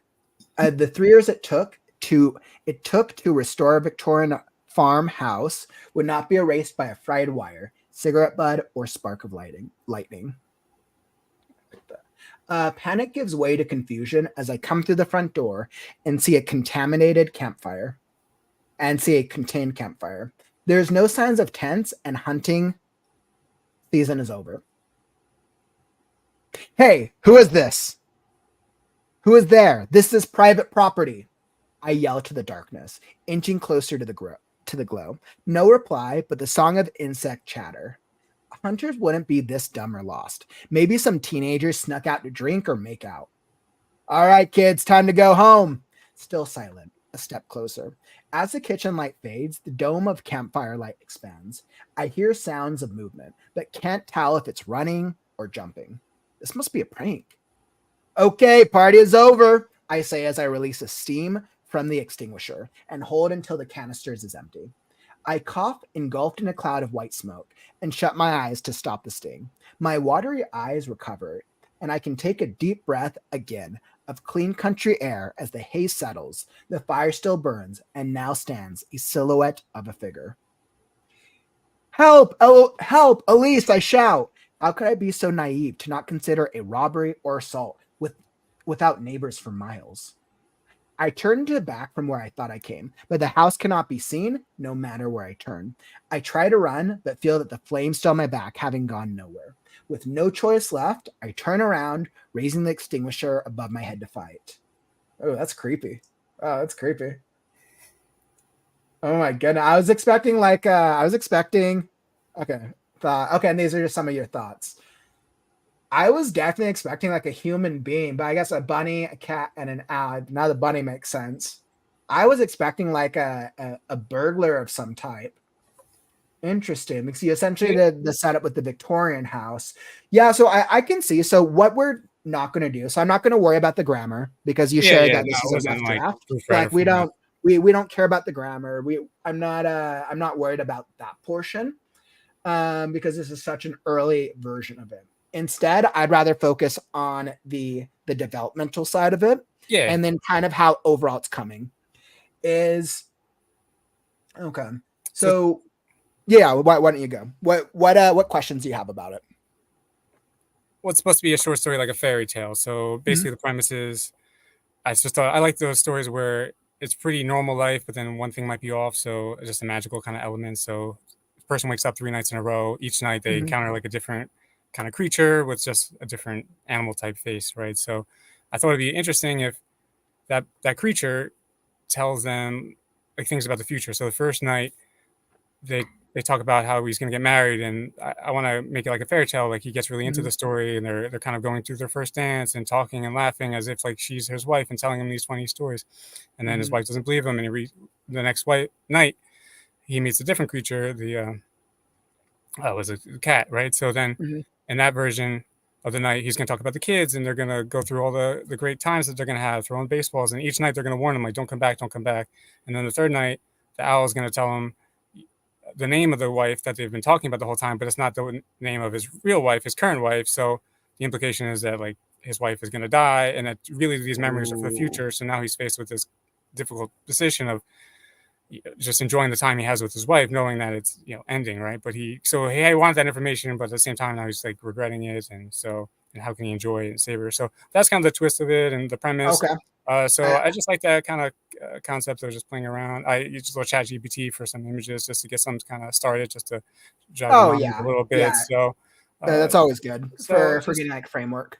So in my first run through, I could see, there's definitely a lot more room to add personality to the person. Like, could the person have to go to the bathroom and they're holding their pee or something, or could they be in boxers or are they in pajamas, right? Those things could make it funnier and add more personality. Or do I want to start with him sleeping because it's more, is that too cliche? Like, is that too dreamy? Like, those are the questions I was asking myself in the bottom. But the Awesome. release So, the inner dragon, that stream, they'll talk about like kind of chasing the rabbits. Like they'll talk about ideas. Well, if this story goes here, how does that affect the story? And I kind of like that concept of, like I said, the sculpting aspect of putting together a little idea, getting those other brainstorms that other people, you're not going to come up with on your own. So, Neil, can you do me a favor? Can you give me an editor access? So simply so I can highlight. Just yes. And then I will refresh it. I was like, I might be in my other ghostwriter. So what do I do? It says editor. Oh yeah. Oh, okay. It says the request. I see. Perfect. And it's more just so I can highlight than anything else. Yeah. So if anybody in chat, that's what I always thought would be cool. If when I get to the point where I'm writing, you go on Fiverr, find like 2 or 3 people that want to make a little group, and we all meet up and maybe pay each other. And then, kind of brainstorm those ideas. What is the story good? Is it worth pursuing? What other things would you change? Is the twist clever enough? How do I make those moments sound more fun and fairy tale like? I don't know if I'm, a strong of a writer about that yet, but that's stuff I want to, get. Yeah, no, I think that's I think that's a great strategy. So yeah. I think forming a group, and this is something that that published author, you hear this with screenwriters doing this all the time. You hear this with authors who are really successful, where they're like, okay, they started off with a group of these other not well-known authors, and now they're well-known. And I think starting with a small group of anywhere between 2 to 5 people can be a very successful strategy because you guys all grow together. And it's essentially, it's a critique group. At heart, it's a critique group. Sometimes this tends to be writing groups when people form small groups together, but this is also a type of critique group.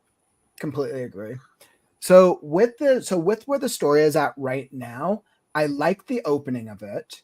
I think it kind of gives kind of like a creepy-ish vibe. I think without time to startle Elise from her dreams, because Elise is the wife and she's sleeping. I think since Elise is important in the plot with him having to make that decision, I might actually add like a sentence of some type of description here about Elise, because I think we want to set up Elise, even though make her just a little bit more predominant, so that way when there's a bigger payoff later in the short story. That would be. Yeah, I was thinking about things like that. Is he tired because they had a late night? They had a good night out to dinner. Things like that might make it. Just adding in a little bit more details, even though they don't take a couple that long to write, but just adding more. So yeah, so like adding something like that, or even as he gets up, like how does he feel? Like without time to startle Elise from her dreams, she's always been a heavy sleeper. I've loved her for the past 3 years. You mentioned the farmhouse, which is great. But I think mentioning how he feels about her pulls the reader into the emotion side of it, which could be strong. And it's important. And I want you to go hard too. I want Courtney critique. I want you to go tough on me. All right, Courtney, we're calling you out. You got to give the harsh critique now that you wanted. I wanted to. That's what I think. I agree with her approach. Awesome. So yeah, so I would say definitely with the emotional with her. With the fairy tale vibe, help Lisa shout. I turned it back from where I thought I came, but the house cannot be seen no matter where I try. I try to run, but feel the flame still on my back, having gone nowhere. With no choice left, I turn around, raising the extinguisher above my head to fight. So I love this. And then I imagine this next paragraph, you're probably going to be like, explain what the character sees, which is then they're going to get into her interaction. And, and then, of course, then it becomes night and it's all gone and he's just outside, right? But, yeah, so that'll repeat 3 times. And I wasn't sure if I'd have like little, the daytime in between where they're arguing about how silly they are, that, it's not really happening or is it really happening? And then you're building some of that relationship, right? But of course, yeah, I think that would be really good, actually. Yeah. I think that would be really good. I mean, okay, so then with 3, so obviously there's 3 nights, right? So then the first night, it's going to feel like, oh, maybe it was a dream. which means that what you should do is, and after he deals with the rabbit sequence, you should end it off either in the middle of the chase, sometime when maybe the rabbit's about to do something, and then he wakes up from the bed. So that way you lead the reader to believe, oh, maybe it is a dream. You want it to be plausible deniability. So then when he's like scared and his wife's like, honey, it's a dream. Maybe he has a history of, maybe he used to have nightmares, right? Maybe like he has some type of dream, some type of insomnia or some type of dream thing that could make it into that believable aspect. This is something that I see done with horror stories all the time. Let's see, something for the fairy tale vibe. So something that I really like is your use of language. So even with like the grammatical portion of it aside, I really like you have some really fun word choice and some really fun rhythm. I can tell once you edit it and once you fix it, once you clean up the grammar in the next draft, that the flow of it is going to actually be really strong because you're using some really fun word choice. Let me give you an example. Let's see. Let me go back up here. The 3 years it took to restore a Victorian farmhouse would not be erased by a fried wire, cigarette butt, or spark of lightning. I like that. That is a very great way of doing a type of showing. You could have easily said the Victorian farmhouse was describing what it looked like. The 3 years it took to restore a Victorian farmhouse with its wood panels, its so and so and so on. But instead, you're referencing it by the memories. And this is creating an emotional context for the protagonist and the reader. So what I would recommend is play into the way, what I would almost add maybe another paragraph here. Yeah, I think I would do another paragraph here of, once again, it's like the same suggestion with Elise, but how does the protagonist feel? How does the protagonist feel about these things? Because essentially what you're doing is you're wanting the reader to follow the protagonist's journey. You want your reader to feel what the protagonist is feeling. And it connects the reader. And then it's almost going to create a little bit more suspense for it as well. I would almost recommend, without time to start, Elise, panic gives way to confusion as they come to the front door and see a contained campfire. Let's see, because he talks about it, and then he's at the front door. There's no signs of tents, and hunting season is over. As I come to and see a contained campfire. Okay, so right now he's in his room. So this is him in his room. And then this is him at the front door. And there's a campfire out front. There are no signs of tent, and hunting season is over. And I like that. It gives it the dream vibe. It does. Right now, it makes it feel like we're in a dream. It actually, that's kind of the vibe of it. Was that your intent? Do you want it to feel like they're in a dream right now? Yeah, I think in the end, I want it to be unambiguous that it actually happened. Like, obviously, he's suffering the consequences. His wife really is going to die, but it's like a magical thing that only happened to him only when he was asleep. But so there is some unreliability to his own experiences, right? Is he really having these things, and people around him believe him? I might almost recommend, Nil, that because you're going to be doing this 3 times, which means essentially each time it needs to get progressively worse for him, right? I would almost recommend that this first one feels a little bit more like, you can still use the language and make it feel like a fairy tale, which like that's the thing. It's how you use the language. But I almost think that this first section should feel like he's awake, because that's going to create an element of foreshadowing for the reader. Whereas then the second one, it's like each one can progressively feel more and more dreamlike. That would be the way that I'd approach it. But another way is you can make all of them feel like a dream and then have each one feel more and more like a nightmare. That'd be another way to go about it as well. How depends on how dark do you want it to feel for the reader. Do you want it to feel like super like horror, like scary? Like, do you want the reader to be dealing with a lot of suspense, or do you want them to be like intrigued? Yeah, Like emotion? Intrigued. Yeah, I don't want the actual scenes themselves to be scary, right? That's not the point. The point, but it's supposed to be intriguing. And then at the end, of course, it's a disappointing twist, but at the same time, it's the moments he's having with these creatures are supposed to be fantastical and enjoyable for him. He looks forward to them. He's tempted by this. So I thought, like you were saying, make them a little bit different. So like when when they tell him not to come each time, he has to go farther to get to the fireplace. He has to seek out it more in the woods, right? So things like that could make it more interesting, right? Yep. Okay. They could be What I more would do, stern with their descriptions of the warnings not to come back. So those are things I would add in as well. So those are something fun to play around with then is focus on specific items or specific objects. And you're kind of doing this like with the fire, right? So because you want to basically show how each night certain items either change, are different, or they stay the same. And did you ever watch the movie Inception? Yeah, I've seen it once. So you know how, and they use this in a lot of movies, how the spinning, the dice, they like some of them use a dice. He uses a little like dreidel type thing to spin. Yeah, the top. Yeah, the top. So having an object like that, having some type of object that to him feels believable. It doesn't have to do, it's not as important for the dream part of it, but having an object that is believable for him and then showing how for him, this is like an important object can also help to show the change throughout the story. I would recommend in between here, like if you added a paragraph, I would almost recommend that in this paragraph, you do something that creates that shows a way about how he feels about what's going on. They're like, you do this, like do more of this. This is great. Do a little bit more about how he shows. Maybe it could be about Elise. Maybe it could be about the house, or maybe creating a specific object that is important to him, whether it's a photo, whether it's a keepsake, a memento, something. Because then you can what's the word? You can anchor his character to an object that he feels like it should be real. Now it could technically be Elise, but right now Elise is dreaming, so she's not really active in this first. She's just not active in this first. It kind of feels that Elise is more active in the day versions of this when they're awake, and she represents reality. It kind of feels like metaphorically Elise represents reality, but she's also the stakes for him, which is super cool. And that's such a great way to tie in both day and nightmares, which is super awesome.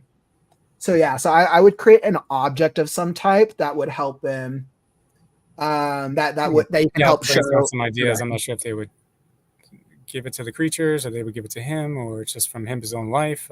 Maybe his wedding ring or something like that. I don't know. Yeah, that could be it. For his character, would you say that Elise is like the number one thing he cares about? Yeah. Okay. That's why. So yeah.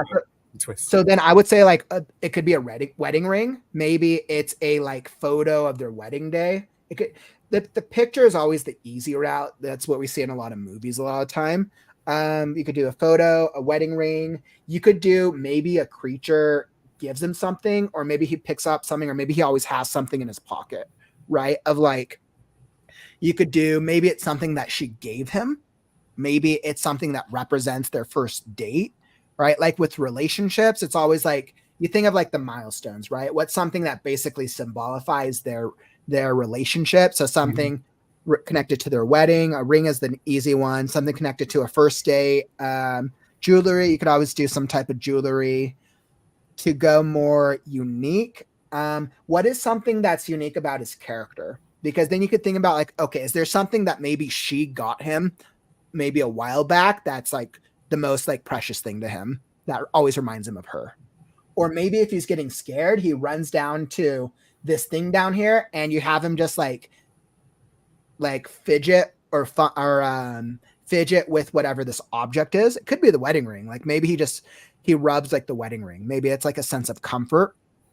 You could do something like that, especially if she represents the day, the reality of the world. That could be super fun. Let's see. So yeah, so that would be one. And sometimes they use those things to like reveal that it really did happen, right? He still doubts it, but then if the creature gave him something and he finds it the next day, like, oh, it really did happen, right? Because I have the item. Exactly. And I think like that could be an interesting thing. I'll have to think of what that would be, but I think what you want to do is you want to create as many intriguing things as possible, right? Because if the goal is intrigue, then you want to create as many of these little moments that could connect the reader with what's going on, right? Like right now, what they're connected with is right now, basically he's just waking up, but this the fried wire, the cigarette butt, or the spark of lighting, that's the first like emotional connection. That's interesting because that's like, oh, that's unique. But the rest, the earlier part is like, okay, that's still, he's just waking up from a dream. There's just nothing there yet. That creates an emotional connection. But then we get to this part, right? And we're like, okay, he runs out, panic gives way. I think also transitioning him walking down the stairs while he's thinking makes it feel like it might potentially be more realistic. If you want to subvert expectations and you don't want people to think that it's a dream, I would suggest make this first one feel like it could potentially be real. That way, in the second part, when it starts feeling like a dream, it makes the reader question reality. And that questioning is what the intrigue, because the first like, oh shit moment was rabbit, because you're expecting a real guy. This is the first real oh shit moment in this section. So whatever foreshadowing you can do to make it feel like this is real makes the reader be oh shit when this happens. Let's see what other things. So the campfire, there's no signs of tent, and hunting season is over. So that's good. Yeah, so of course it's always in a short story too, but you're gonna just choose how much depth to add too. But so yeah, and that's always the thing with short stories, right? And too long, or not to go too deep and too many. But yeah, that's the general idea. So yeah, I'll go through the comments later and see if anybody had any suggestions or. With this short story, and you had the story in mind. How long do you anticipate the word count being? Like, if you were to just take a guess, how long do you think this short story would be for you? Yeah, probably less than 10 pages. I don't know what that would equal. Okay, but... so not super long then. Okay, so then with that being the case, right? If you want to keep it at that very, very short, then that means that you would want to keep. And I try to kind of tether this to. For me, it's like a page or a word count. But then if you want it to be about 10 pages, and there's technically going to be 6 scenes? There's 3 night scenes. Is the last night scene the last nightmare? Is that going to be the climax or the ending of the story? Or is there going to be a resolution moment, a resolution thing after the final night? Yeah, well, I think he's going to have that moment with Elise, knowing that him just coming to terms with the new reality of. Yep. Okay. So if you want to spell that too much, but just a little moment, but it'll probably be quick. Yeah. No, that's good to know. So then essentially that's 6 scenes, right? Six scenes with 3 nights, 3 days, essentially. Which means that for 10 pages, that gives you about a page and a half. What's that? 6, 7, 8, 9. So it gives you about a page and a half to 2 pages for each section. Wanting to keep it at that 10-page mark, I think then that gives you a good indicator of how much you get to actually explore with each of these days. And of course, obviously some of them can be shorter, some of them can be longer, but I think it gives a good okay, so that way so you can keep it at around that 10-page mark. Mm-hmm.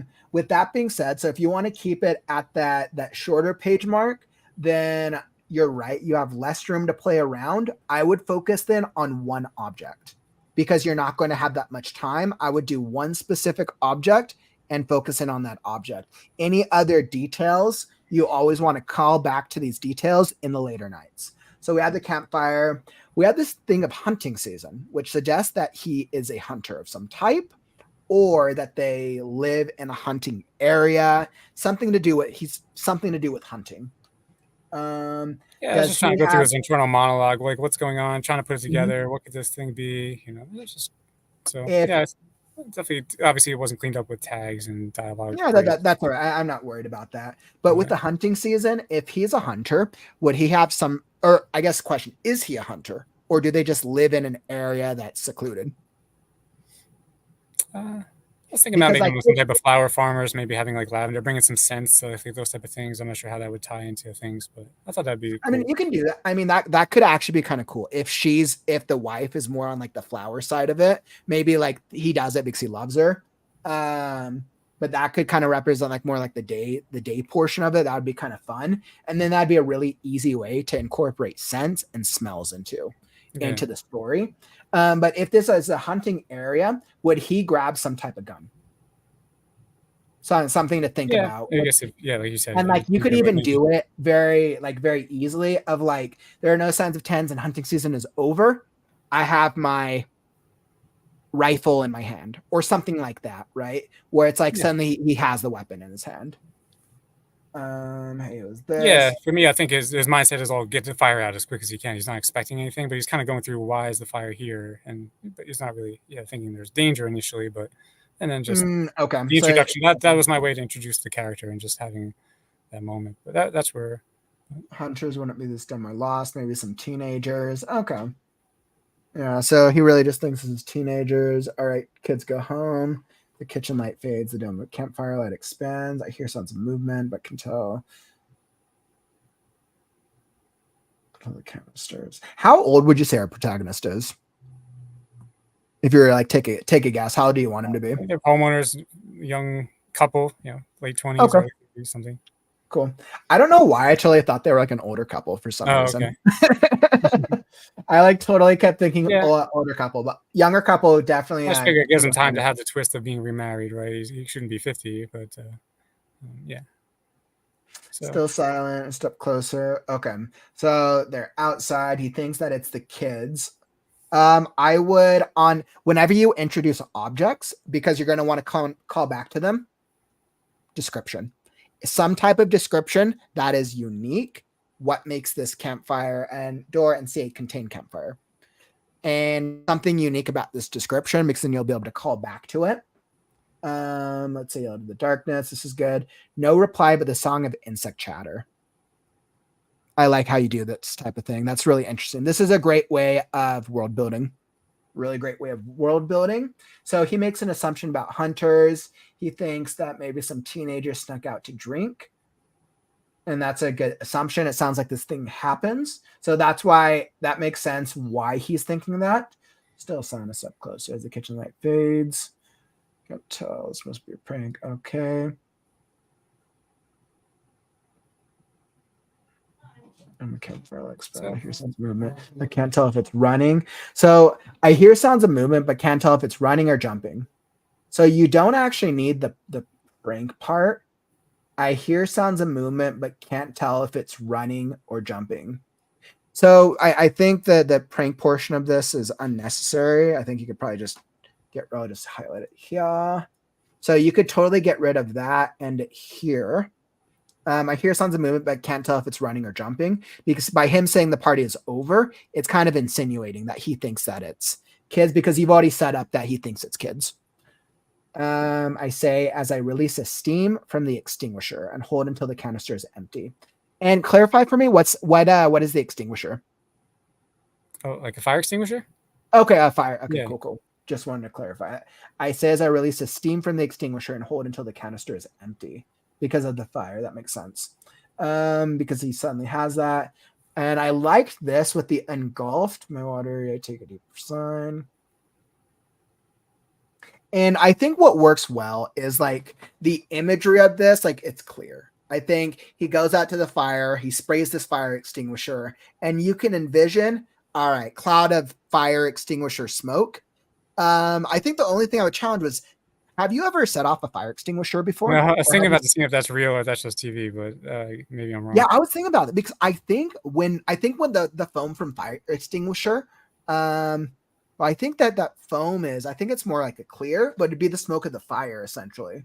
Yeah.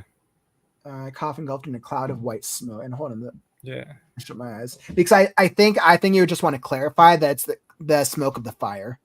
Because I'm pretty sure fire extinguisher is like more like, it makes sense. I think it's more of a substance. But I just have to research that. That just for a point of clarity. My eyes recover and I can take a deep breath of clean country air as the haze settles. Perfect. Yeah. So like things like this, like the fire extinguisher, like give it some type of description, like a unique description. I always keep that trusty fire extinguisher to deal with these punks, something like that, because then in the second nightmare, call to the fire extinguisher again, but have something different happen. Because you have such a short period of time to tether the reader, that's these items, the extinguisher, the campfire, even the insect chatter, like things like world building, the fire, the campfire, some object with the lease are so important because you have to set them up And then it gives you don't have to do as much work in the back end of the story because you've set them up, and you can just keep calling to them, and then you get to play around with how have they changed as a result of the nightmare or the dream. Let's see. And then country air, my watery eyes recover, and I can take a deep breath again of clean country air. Yep, and now stands a silhouette of a figure. Yep, this is creepy. And then he calls out to Elise. How could I be so naive? Okay, so I think the only thing with this is I might just add a little further description on what about this figure, or what does the figure do, or something that defines the figure, so that way he immediately thinks that it's a robbery or assault and not just a kid. Is it because it's just a lone figure? Even like assaults and robberies can tend to be multiple people. On average, it's usually like a pair of people. But maybe like him holds up like a knife, or holds up just something, something that rabbit holds up an evil carrot, whatever you want to do. Yeah. Yeah, I figured maybe he's not. I didn't think it'd be like threatening, or maybe misinterpreted as threatening, but I figured it would just be the proximity of him standing there, the fact that he's still there, that the odd, unusual circumstances. So that's why I figured. But yeah, and then I would describe the actual appearance after he turns around, right, and then he might back up, and then they start to talk, and then they have their dialogue, and then it's hopefully where it gets okay. If that's the case, then what I would engaging. What I would do is I would have him call out then. Have him call out to the figure first off. Before he even calls out to Elise, have him call out and then be met with silence. Mm-hmm. Because then you're like, oh, okay.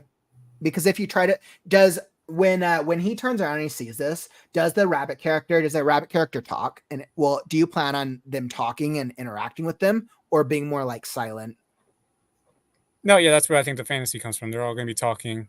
Okay. And that's where he's going to find out that there are things that she can share about his life, and he can answer questions about the future. And then, so he'll ask those questions, and then they'll have these moments describing them, acting them out. So he'll get caught up in that, kind of like a fairy tale. And then, so yeah, like that picture came out creepy, but in my mind, it's more like an elegant rabbit, like dancing with him, like his wife would be or something. Right. So, and then, and the same thing with like the next night, it's like a young little cat that's like throwing the ball with him and acting out like the childhood moments, right? So him getting caught up in that kind of moment, but they're talking.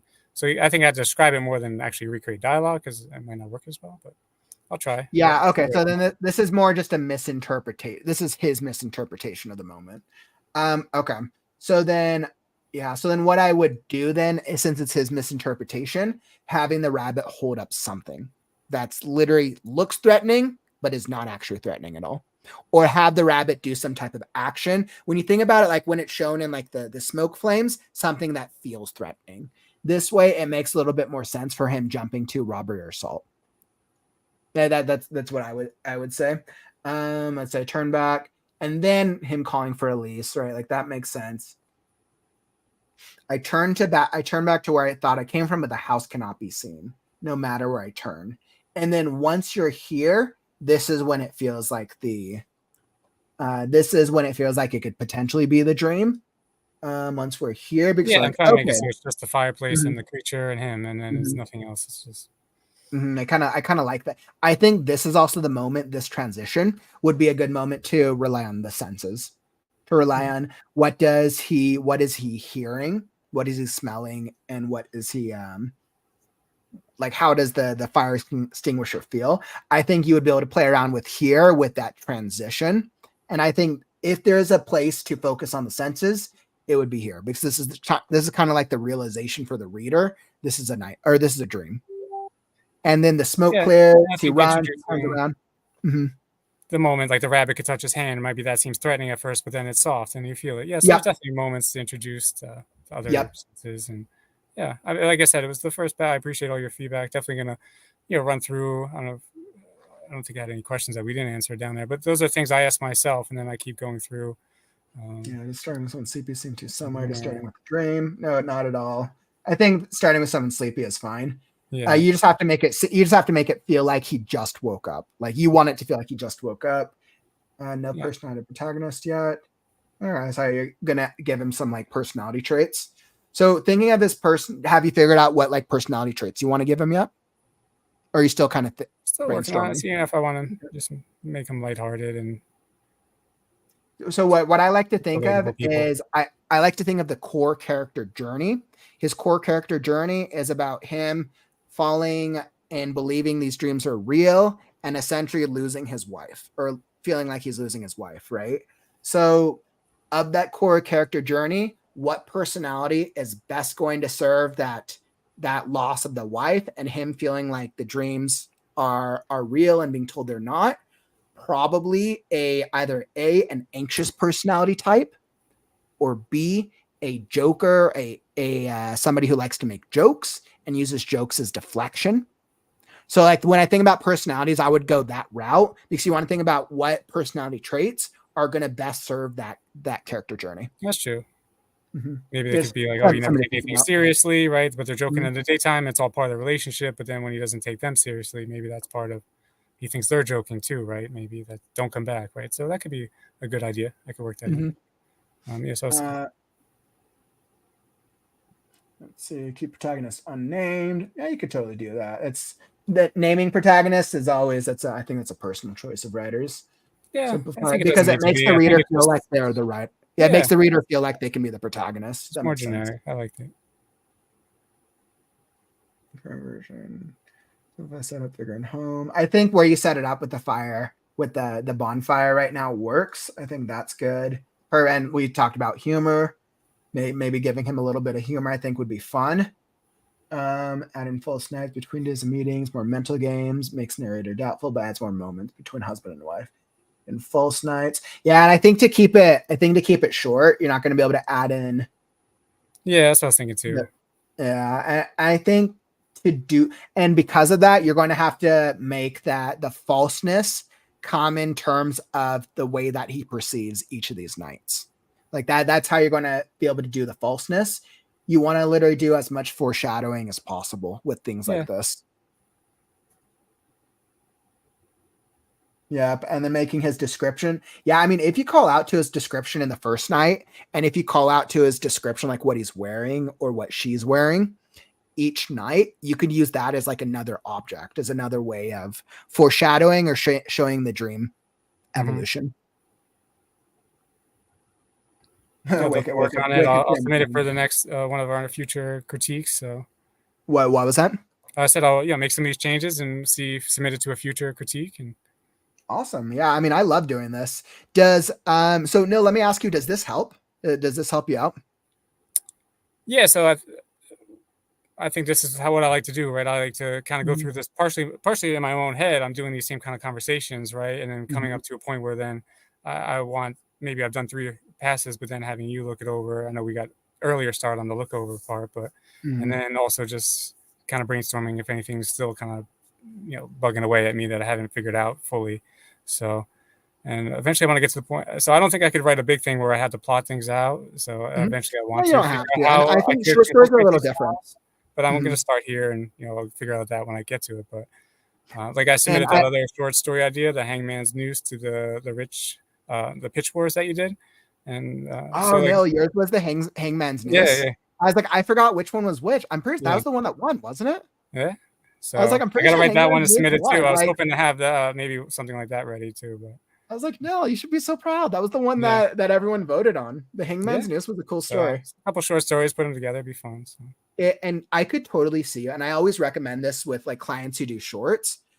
Don't focus like obviously on the long term. And I think you're dealing with your life right now, which is great. But maybe in like once you have enough shorts, because I can tell you have a certain style. And it almost kind of like borderlines like a mythological kind of, but it's always, there's like a moral. You could always put them together as an anthology eventually. Yeah, it'd be fun. So that's something writers can do if you want to get towards like publishing the shorts eventually, or putting them up on a blog eventually. That's another thing that writers do. Oh, yeah, sure. So yeah, awesome. Thank you for sharing this, Neil. That was a lot of fun. I love diving into these things. Yeah, so, I mean, like I said, if it was farther along, I'd have more questions. But yeah, thanks for all your help and feedback. It's once again, like I said, every coaching experience is different, right? Because everyone kind of has a different need. Sometimes with coaching, it's more literally about like, this is what I'm working on and this is what I need help with. That's really what it is. So, I mean, as long as you got some value out of this today, like I hope this helped. I know, like you shared, your writing consistency right now is very non-existent because you're focused on life, right? So definitely, I would say no. Like, if you have any questions, definitely feel free to reach out. Yeah, and I know we'll talk more in the long term. We'll probably start talking more when you actually have the time to actually be sitting down and writing more consistently. Sure. Yeah, I'll say hi to everybody in the chat. So it's nice seeing everybody. And I know like I said, I wasn't trying to show the comments too much, but you did get some really good comments in the chat. Oh, cool. You should definitely check them out. We had some couple of really good recommendations in here. Mm-hmm. And I still got to keep working on my competitive first scared crow to compete with you at the. I'll keep working on that in the meantime as well. But, first the last scarecrow is going to become this really cool world, yeah. But then I'm like, I think people would rather play the very first, or rather either read the first comic or the first video game of the first scared crow. As the scared crow, can they overcome the evil antagonist, the evil Carriage Hoffman? So I absolutely love that. All right, well, now I'm going to I'm going to wrap this up, but thank you so much for joining me today. Yeah, I appreciate you having me. Bye now. All right, my friend, take care. All right, my friends, beautiful. So we got so much accomplished today. As you can see, between the two coaching experiences, we had two completely different experiences, right? The first one was focused a little bit more on the journey. So when we think about the writing journey, or we think about what are the three areas, we think about the process, the lifestyle, and the mindset, right? Process is this how we go about writing the book. Lifestyle is how what our overall approach is with our life to write the book. Mindset is how we achieve our what we do with the way that we view things to write the book, right? Mindset, process, lifestyle. As you could tell from the first coaching session with Courtney, we focused a little bit more on the lifestyle. We focused a little bit on lifestyle and mindset and less on the process itself. We did a little bit on the end, whereas with Nil, we focused a lot more on the process, right? And less on the mindset and the lifestyle, right? Because once again, every writer's needs are different. So I hope you got value out of that. And I just want to do one more shout out for both Courtney and Nil. Thank you for being the first two to do this live coaching experience. Thank you for trying it out. I hope you guys got value out of it. You definitely deserve a round of applause. So really, really great work, my friends. Thank you for joining. Now, as we think about the overall process of the 8 truths why unpublished writers are always unsuccessful, as we reiterate one final time, why do 97% of writers fail? Lack of community, lack of a book development plan, lack of a clear feedback system and approach, lack of a book development system, whether that's outlines or ways, writing sprints. How are you going to write the book itself?